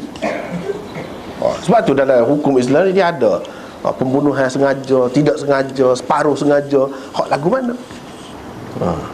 Kalau dengan lidi tu pukul tu, orang tidak kata bunuh dengan sengaja tu. Tak pernah sabar dengan lidi seputu mati. No. Tak pernah sabar tu. Pukul atas hidung pun tak mati tu kalau lidi seputu no. Tapi ada benda lain. Tidak maksud lah tu, maksudnya tidak maksud. Nabi Musa pun lagu tu tidak maksud. Dia adalah tersalah, tersasul, bukan dengan sengaja, bukan dengan sedar, bukan dengan maksud dia buat, dengan niat. Tak. Dengan maksud nak menderhakai Allah. Tak ada Nabi ni. Dia ada, itulah orang panggil zallah. Istilah zallah tu dalam Quran semua. Fa azallahum asyaitanu anha. Zallah. Itulah jadi gelincir dia. Tersasulah dia. Tersasulah dia.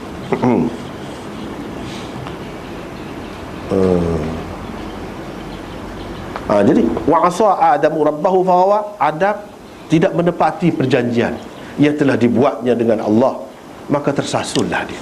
Tu yang ingat.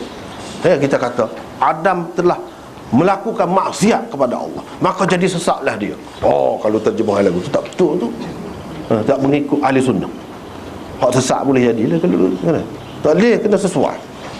Untuk Nabi ni kena beringat benar, sebab ada akidah dia, ada akidah sana. Sebab tu ya, jadi kita cuba takwil. Tengok kod ni guna kaedah belaka. Bukan kata saja-saja sewena-wena, tak juga. Guna kaedah. Macam saat ni, dia hampir sudah hendak, hampir. Padahal dalam hadis ni ja'alahu ni makna fi'il madhi. Fi'il madhi sudah buat. Ini apa ke makna sudah? Dah. Ini apa nak jaga Nabi lah. Nak jaga Nabi. Kalau kita tidak buat gitu, jadi lebih terdedah dia tu kepada, padahalnya ni bukan ketika menjadi Nabi tak lagi, tapi kena jaga. Sebab termasuk dalam akidah kita. Termasuk dalam akidah kita. Tak boleh kita kata dia pun letak arah atas bahu dia, kain sana. Tak boleh kata gitu. Kena kata lagu ni takdir. Fa arada an yaj'alahu ala mankibai. Takwilan dia. Takdir kita panggil kalau dalam kaedah nahwu ni takdir. Supaya juga dalam Quran banyak. Apa ni dengan takdir arada? Idza qumtum ila salah faghsilu wujuhakum. Dulu kita sudah jumpa dah. Bukan makna dia apabila kamu telah berdiri untuk sembahyang, ambil air sembahyang. Telah berdiri untuk sembahyang mana? Setelah selesai sembahyang, ambil air sembahyang. Lagu tu apa makna? Tak. Maksud dia, sebab tu ulama takdir dia panggil idza aradtumul qiyam ila salat. Bila kamu nak sembahyang. Nak sembahyang mana nak? Bukan sudah sembahyang. Kalau sudah sembahyang apa maksudnya? Hak nak ayatnya sebelum sembahyang tu dia tu sebagai syarat duduk kemudian daripada masyruq pula. Adakah patut lagu tu? Tak kena tu. Mesti kena takwil. Sebab itulah dia bahasa Arab dia kena mengaji kaedah dia. Ni masuk dalam kaedah, kita pakai kaedah ni. Bukan sahaja gitu. Yang kelima, Allah memelihara Nabi daripada berlakunya sesuatu yang menjatuhkan maruah Nabinya sebelum dia dilantik menjadi Nabi dan Rasul lagi. Daripada peristiwa ni kita dapat tahu gitulah. Padahal dia belum menjadi Rasul, Tuhan sudah jaga dah. Yang keenam, Allah memelihara para Nabi daripada melakukan dosa besar dan dosa kecil sebelum dan selepas mereka dilantik menjadi Nabi. Ni kalau nak kira ada bahas lagi, perbahasan lagi. Tetapi yang terpilihnya, pendapat yang terpilihnya gitulah. Walaupun ada yang mengatakan boleh, terutamanya sebelum dia menjadi Nabi, dia boleh melakukan dosa kecil. Itu perbahasan dalam usuluddin. Cuma setengahnya tak saya kata dosa kecil. Seperti kita kata tadi, dia kata satu kesilapan, tersasul, tersalah, tapi boleh berlaku. Dan itu tidak mencacatkan kedudukannya sebagai seorang Nabi. Bahkan ada ulama yang mengatakan selepas menjadi Nabi pun hak dosa kecil tu boleh. Tetapi hak tu tak sedap lah, tak sepakat lah. Tak sepakat. Hak jelasnya selepas jadi Nabi dah, dia kata dosa kecil tu berat dah. Walaupun dosa kecil, tak boleh sebut nama dosa. Tidak, tak ada dosa. Hak maksum tu maksum daripada dosa besar dan dosa kecil. Bukan maksum daripada terlupa. Terlupa boleh, dia boleh terlupa. Itu tidak maksum. Hak tu dia terikat dengan kemanusiaan dia, sifat manusia dia. Sifat manusia, dia terlupa boleh. Jangan kita kata dah maksum, terlupa pun tak boleh. Tersalah pun tak boleh. Ada tidak gitu makna maksum ni. Makna maksum ialah terpelihara daripada dosa, sama ada besar atau kecil. Hak tidak termasuk dalam dosa, terlupa dah, hak tu boleh berlaku. Tersalah dalam perkara-perkara dunia yang tidak ada kaitan dengan urusan agama, boleh. Dia bagi pendapat dia tak tepat pendapat dia, ada. Itu boleh berlaku. Itu tak termasuk dalam sifat ismah. Sifat ismah ni hak tadi, dalam tugas dia, kerja dia, hak tu tak boleh. Nabi terlupa Quran, boleh ke tidak? Boleh, ada dalam hadis ada sebut. Tapi terlupa apa dia apabila orang baca, dia kata mengingatkan saya kepada saya terlepas tu, kata dia. Ada dia baca dia sakak, apa tak tegur dia. Tu kait dengan lupa juga kan. Apa tak tegur, dia ada sebut. Dah terlupa baca Quran. Tapi mula-mula tu dia baca dah berapa kali dah. Bila sampai wahyu dia baca kepada orang lain tahu daripada dia lah juga. Cuma lepas pada tu ada dia terlupa. Bila orang tegur, ada ceritanya memang lagu tu lah seperti hak dia ajar sebelum pada tu. Dia terlupa tu, jangan pakai hak tu. Tak usah pakai hak tu. Pakai seperti hak dia ajar dulu berapa kali dah. Dia duk baca berapa kali dah lagu tu. Hak lagu tu tidak mansuh, tidak berhenti apa tu. Hak tu betul. Tidak ada dibiarkan dalam keadaan Nabi ni terlupa gitu sehingga jadi orang keliru. Ayat ni jadi tak ada dah pula, mula ada. Tak ada lagu tu. Quran yang ada ni mutawatir, bukan seorang. Ada dia terlupa sekali dua, tidak mencacat kau. Sebab apa? Semua sahabat tahu hak ni, hak betulnya dia. Lepas tu dia raya, dia teringat. Tak apa lagu tu, boleh berlaku. Dia lapar, dia sakit, dia boleh berlaku. Dia berkahwin, seperti orang lain. Seperti orang lain. Tetapi hak pelik-pelik, itu benda yang kita kena tahu. Akidah, sebab tu masuk dalam akidah. Hak tu yang gomoh sangat duduk jaga ni. Gini kena faham tu. Sebab dia tu Nabi. Dan akidah kita, sikap kita dengan Nabi ni lagu mana. Itulah antaranya. Dia bukan sekadar adab begitu saja dah, akidah. Dengan sebab itulah ulama kata kan, macam tadi dia tak terima hadis tu. Sebab apa? Sebab dia nak jaga Nabi.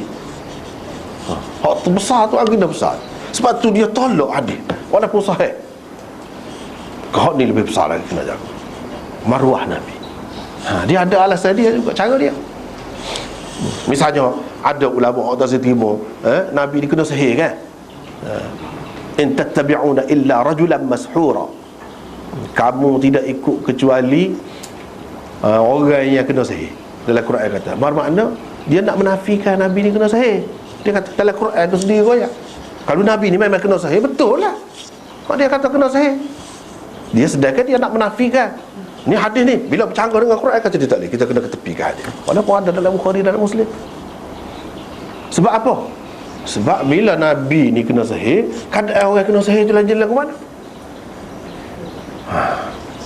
Dia nak jaga tu. Dia nak jaga. Jadi ayat Quran mari kepada ketika tu dia semaya dalam keadaan ingat molek. Kau tu orang kena sihir lagu mana? Boleh jadi dia nak buat lagu lain, dia jadi terbuat lagu lain. Adakah siapa gitu? Orang yang terima tu dia kata adakah siapa gitu? Bahas panjang pula lah. Dia tidak terima siapa gitu. Benda-benda agama, masalah semaya ni tak nak terlupa sebab biasa.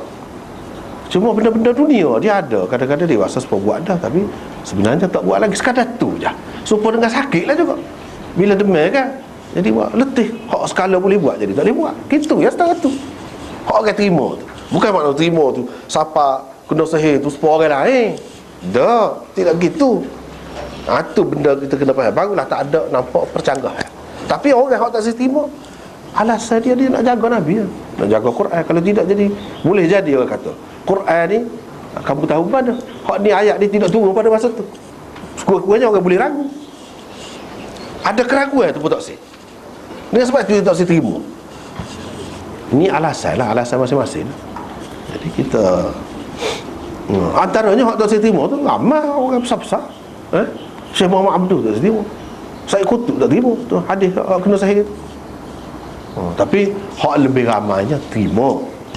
Dia anggap itu kena sihir itu macam sakit lah, kena sakit. Cuma sebab dia sihir. Sakit macam-macam. Sebabnya nyata ada ataupun tidak nyata. Tapi dia sakit. Dalam sakit tu adalah terjejah sedikit sebabnya. Tapi ia tidak sampai menjejaskan tugas dia, dah sampai mengubah Quran ke apa.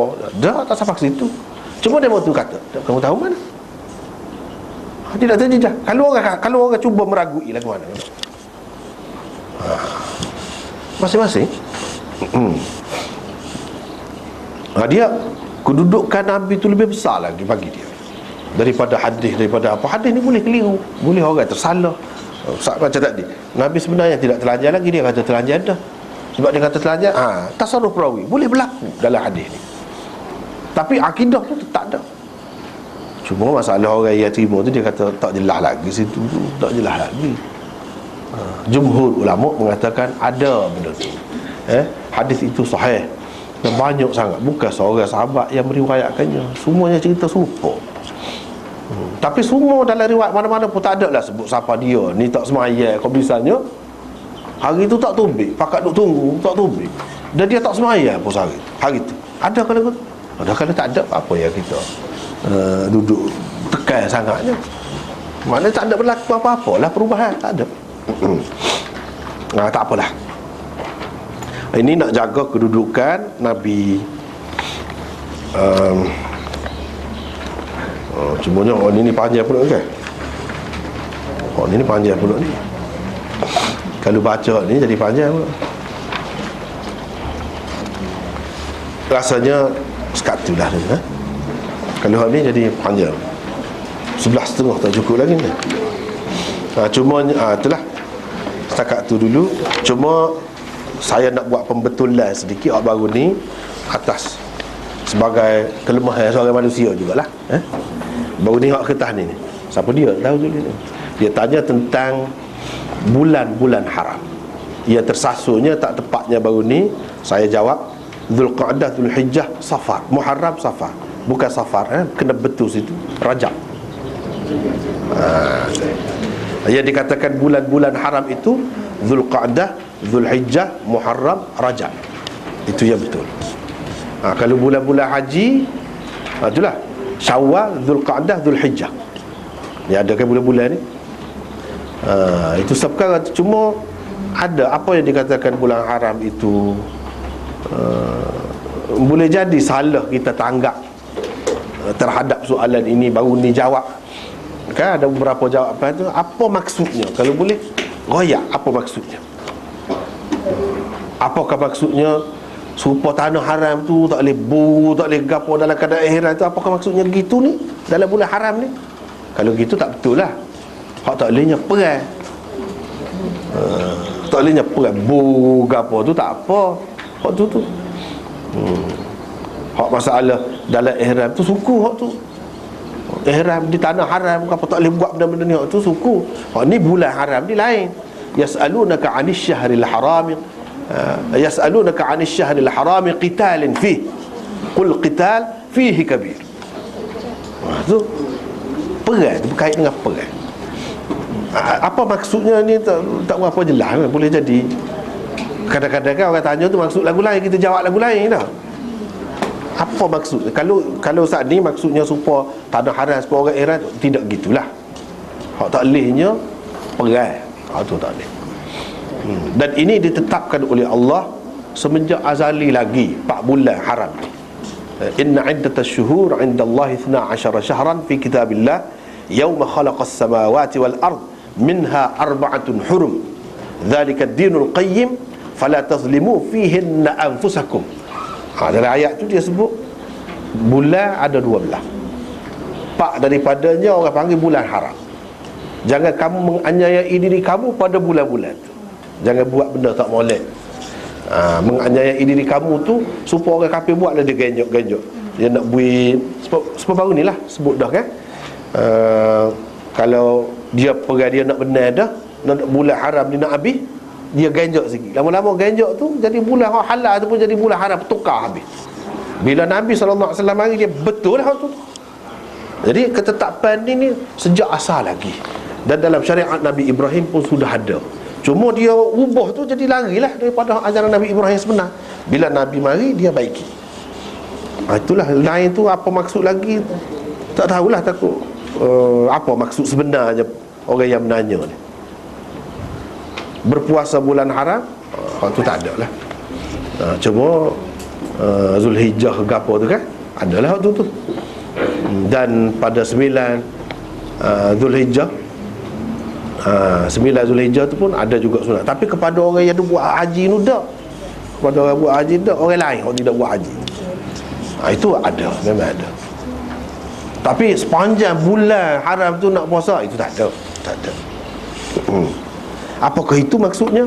Tak tahulah ni, kena berjelas kan? Pasal tak apa jelas. Right. Terima kasih Ustaz.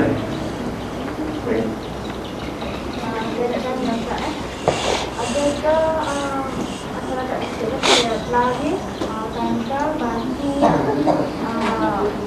kami cari dasi itu ayat suci, ayat bunyinya, yang lain-lain. Adakah membuatnya ada masuk dalam al-gayat hidup tu?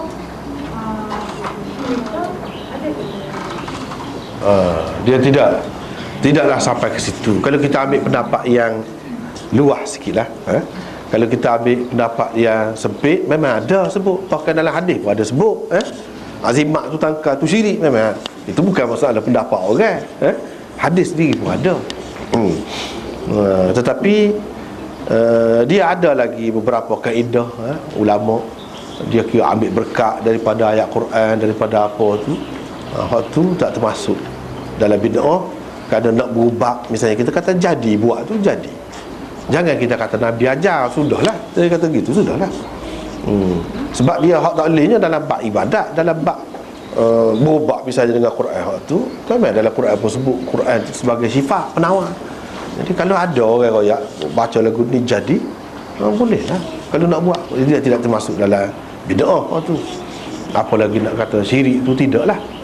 Masalah tangkal tu pun sebagai bahan je lah, sebagai bahan. Hak molek je tak sah. Tapi syarat dia mengikut kaedah ilmu tu, dia kena gini-gini. Sebab kita kata syarat ilmu perubatan, kena makan ubat ni kena ada patah larang hak ni. Hak ni pun lagu tu lah juga sebagai bahan. Jangan anggap benda tu yang menyembuhkan. Supaya ubat lah, jangan anggap ubat itu menyembuhkan. Salah juga. Allah yang menyembuhkan. Sebab dari segi azimat ke apa ni, ada juga sahabat, walaupun hadis tu tidak kuat, tapi ada juga. Jadi dari segi tu boleh pakai. Cuma supaya apa ni, jampi bomo ke apa lah, jangan ada unsur syirik, jangan ada hak tu lah. Jangan ada. Dan hak pelaris ke apa tadi tu, jangan kita kata ni daripada Nabi kot, jangan. Nak baca lepas tu jadi, alhamdulillah.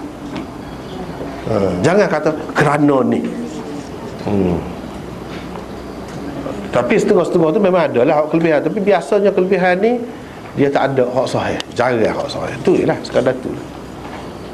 Nak amal, nak buat, misalnya orang amal macam-macam amalan ni kan, nak suruh gerak tidur, dia baca ayat ni, tak ada dalam hadis yang sahih, tak ada. Ada setengah-setengah tu ada. Misalnya hak nak gerak tidur, dalam kitab hadis Syiah ada sahih di sisi dia, tapi di sisi kita tidak sahih. Ada dalam Al-Kahfi tu ada. Baca itulah ayat akhir surah Al-Kahfi ke apa. Dibaca. Ada juga yang kata kita tak mati kalau kita baca ayat-ayat ni. Hari tu tak mati. Kalau nak mati tu kita jadi terlupa. Ada juga. Tapi itu panduan saja orang alim, ulama. Dia tidak ada hadis. Kalau kita nak amal hak tu, boleh, tak ada apa. Tapi jangan anggap sesuatu yang mesti. Sesuatu yang mesti, sesuatu yang ada kelebihan, tak ada. Cuma sebagai panduan umum begitu je lah. Itulah kelebihan Quran. Jadi pelik juga. Jadi adalah ayat-ayatnya, macam gini jadinya, macam gini. Itu kelebihan Quran lah, mukjizat Quran lah. Akan nyata lah mukjizat Quran tu, benda lain tidak jadi gitu kan. Tidak jadi gitu.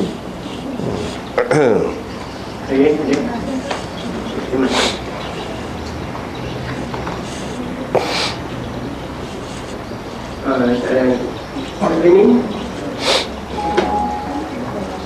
tidak ada kaitan. Apakah yang dikatakan hadis syaz dan yang dua pemakaian dengan presetral sama ada lelaki atau perempuan, adakah dikira najis dan bagaimana untuk guna sutra? Ada sutra ni?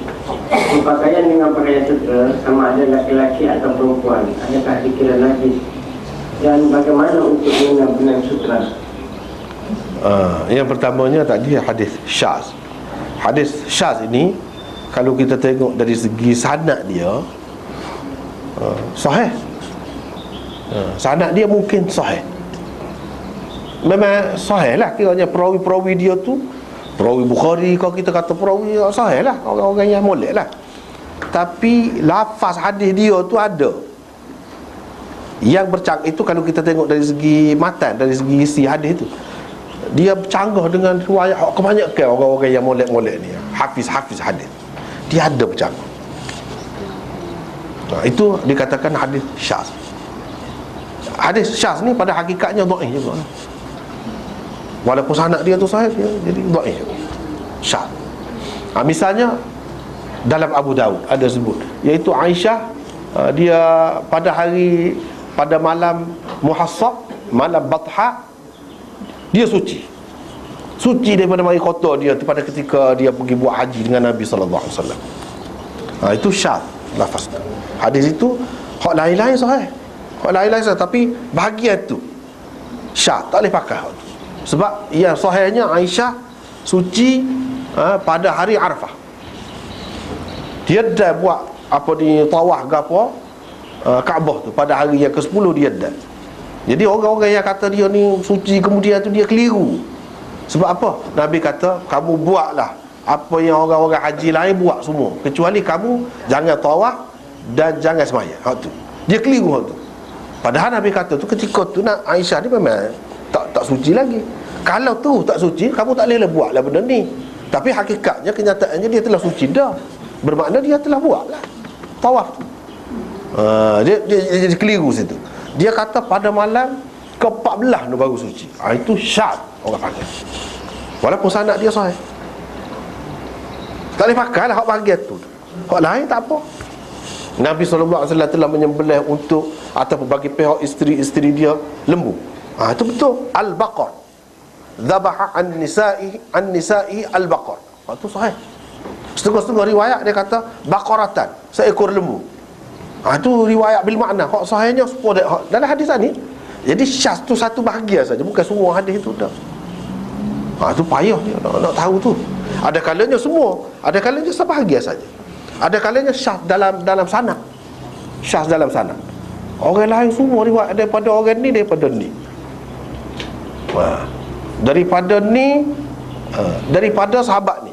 Tiba-tiba dia seorang daripada hak lain. Itu pun boleh jadi juga syaz dalam sanad. Jadi nak menentukan sesuatu hadis tu sahih banyak perkara lah kena perhatinya. Hak hadis tentu dah sahih tu dari satu sudut. Tu orang panggil syaz. Kalau memang dhaif, bercanggah dengan hadis sahih, tu orang panggil hadis munkar. Hadis munkar tu memanglah dhaif. Hak ni dah, kalau kita tengok sekali lalu memang sahih, tapi oleh kerana ada pada beberapa tempat tu dia bercanggah dengan orang-orang sahih, orang-orang thiqah, hafiz yang lain. Jadi dihukum syaz. Dia panggil syaz. Dia tidak panggil munkar. Tapi hakikatnya dhaif dia juga. Tak boleh pakai lah. Tak boleh pakai. Itu soalan yang pertama tadi. Yang kedua ialah dari segi sutera. Sutera tu tidak najis. Tidak najis. Semua tak boleh lelaki pakai. Itu pun masih banyak lagi perbahasannya. Kalau dalam keadaan tertentu jika perlu boleh pakai. Misalnya untuk berubah gatal ke apa, pergi perang ke bawah, baju besi tu dipakai, memang ada kelebihan dia. Dia ada kelebihan dia. Mana kalau tetok ke apa tu dia payah nak makan. Walaupun lepas baju besi tu putus, ya, ada kelebihan dia. Dalam keadaan tu pakai tak apa. Bahkan Nabi suruh ada. Tapi dalam keadaan biasa memang haramlah kepada lelaki. Nak pegang tak apa, itu menunjukkan dia tidak najis. Tak perlulah daripada asal lagi. Lepas tu proses apa buat tu tak ada apa, memang suci. Cuma tak boleh pakai. Superman lah, suci nak pegang tak apa, nak jual, nak menego tak apa, nak hadiah kat orang tak apa, nak pakai sendiri lelaki tak boleh, perempuan tak apa. Nah, itulah lebih kurang. Ada lagi mungkin? Masalah jika ada lah masalah antara lelaki dan perempuan. Yang lelaki ni memang orang dia, yang dia menganggap perempuan ni macam mak dia, tapi bukan mak kandung. Dan kalau bersalah, Macam mana? jika bersalah antara lelaki dan perempuan, dia anak perempuan dia anak mak dia, umurnya 20 tahun lebih ke 20. Jadi ada yang haram. Jangan tak ada. Itu masalah. Dia banyak perincian dia tu. Yang kata haram tu kalau sama muda. Ada yang kata kalau tua sangat, kiranya tak ada nafsu dah dengan dia. Macam saat ni dia anggap sebagai ibu. Situ tak apa pula. Walaupun hak kata tak boleh tu pun. Ada pula yang kata tak apa. Kalau berlapik misalnya, tak apa. Kalau berlapik. Kalau tidak berlapik pun ada pendapat yang mengatakan tak apa kalau begitu. Kalau dalam keadaan saat ni, dalam keadaan saat ni, yang ni dia anggap sebagai mak, dia tak ada berasa gapo-gapo pun, dan tua sungguh.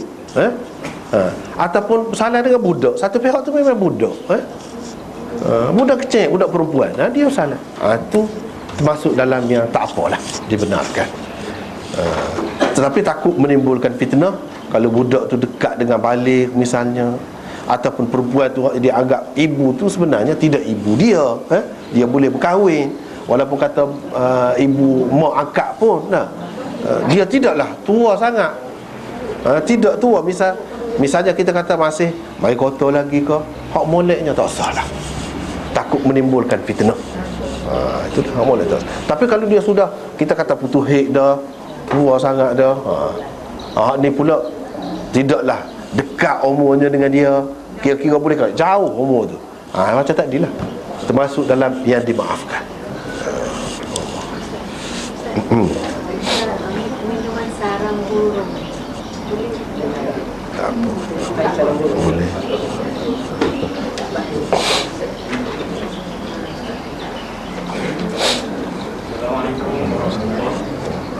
Jadi Anda pun ditanya satu soalan. Anda ditanya satu soalan. Ada orang lelaki peniaga emas. Dia pergi satu negara, dia beli emas. Emas tu boleh dibawa keluar kalau dia pakai. Kalau sudah ambil tak boleh. Jadi hukum dia pakai sekejap nak bawa keluar tu, aku muslihat lah tu. Tu kalau nak mengelak tu dalam keadaan terpaksa lah, kita kata dalam keadaan terpaksa, mungkin tak apalah, mungkin tak apa sebentar dah, sebab kita try lah, sebab kita sekadar kita nak try bini kita ni, kita kata jari dia pakai jari ni cincin, tapi kita nak try jari kita lebih besar daripada jari dia, kita try sini, try pandai kali ni, sekadar gitu je. Kalau lagu tu mudah-mudahan tak ada apalah. Sekadar terang kan? Tak terang. Kalau padai ni maknanya padai lah dia untuk jari ni. Kita terang jari kita ni. Sekadar gitu, sebentar.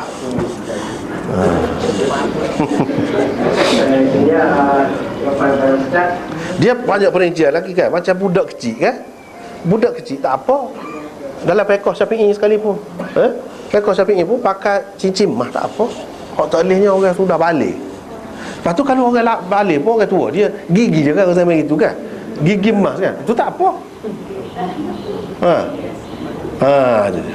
Jadi ada hidung emas. Nabi SAW ada, dia suruh sahabat dia tu kan, sahabat dia wapung hidung kan. Bila dia pakai hidung palsu lah, kita kata, daripada perak dia bau busuk. Nabi SAW suruh dia pakai emas. Seperti situlah ulama faham, kalau benda lagu tu tak apa, walaupun lelaki pun tak apa. Jadi ada lah sahabat pakai emas, hidung emas palsu lah, tak apa. Daripada situ lah jadi tubik hukum macam-macam. Gini tak apa, gini tak boleh ni. Tak betul.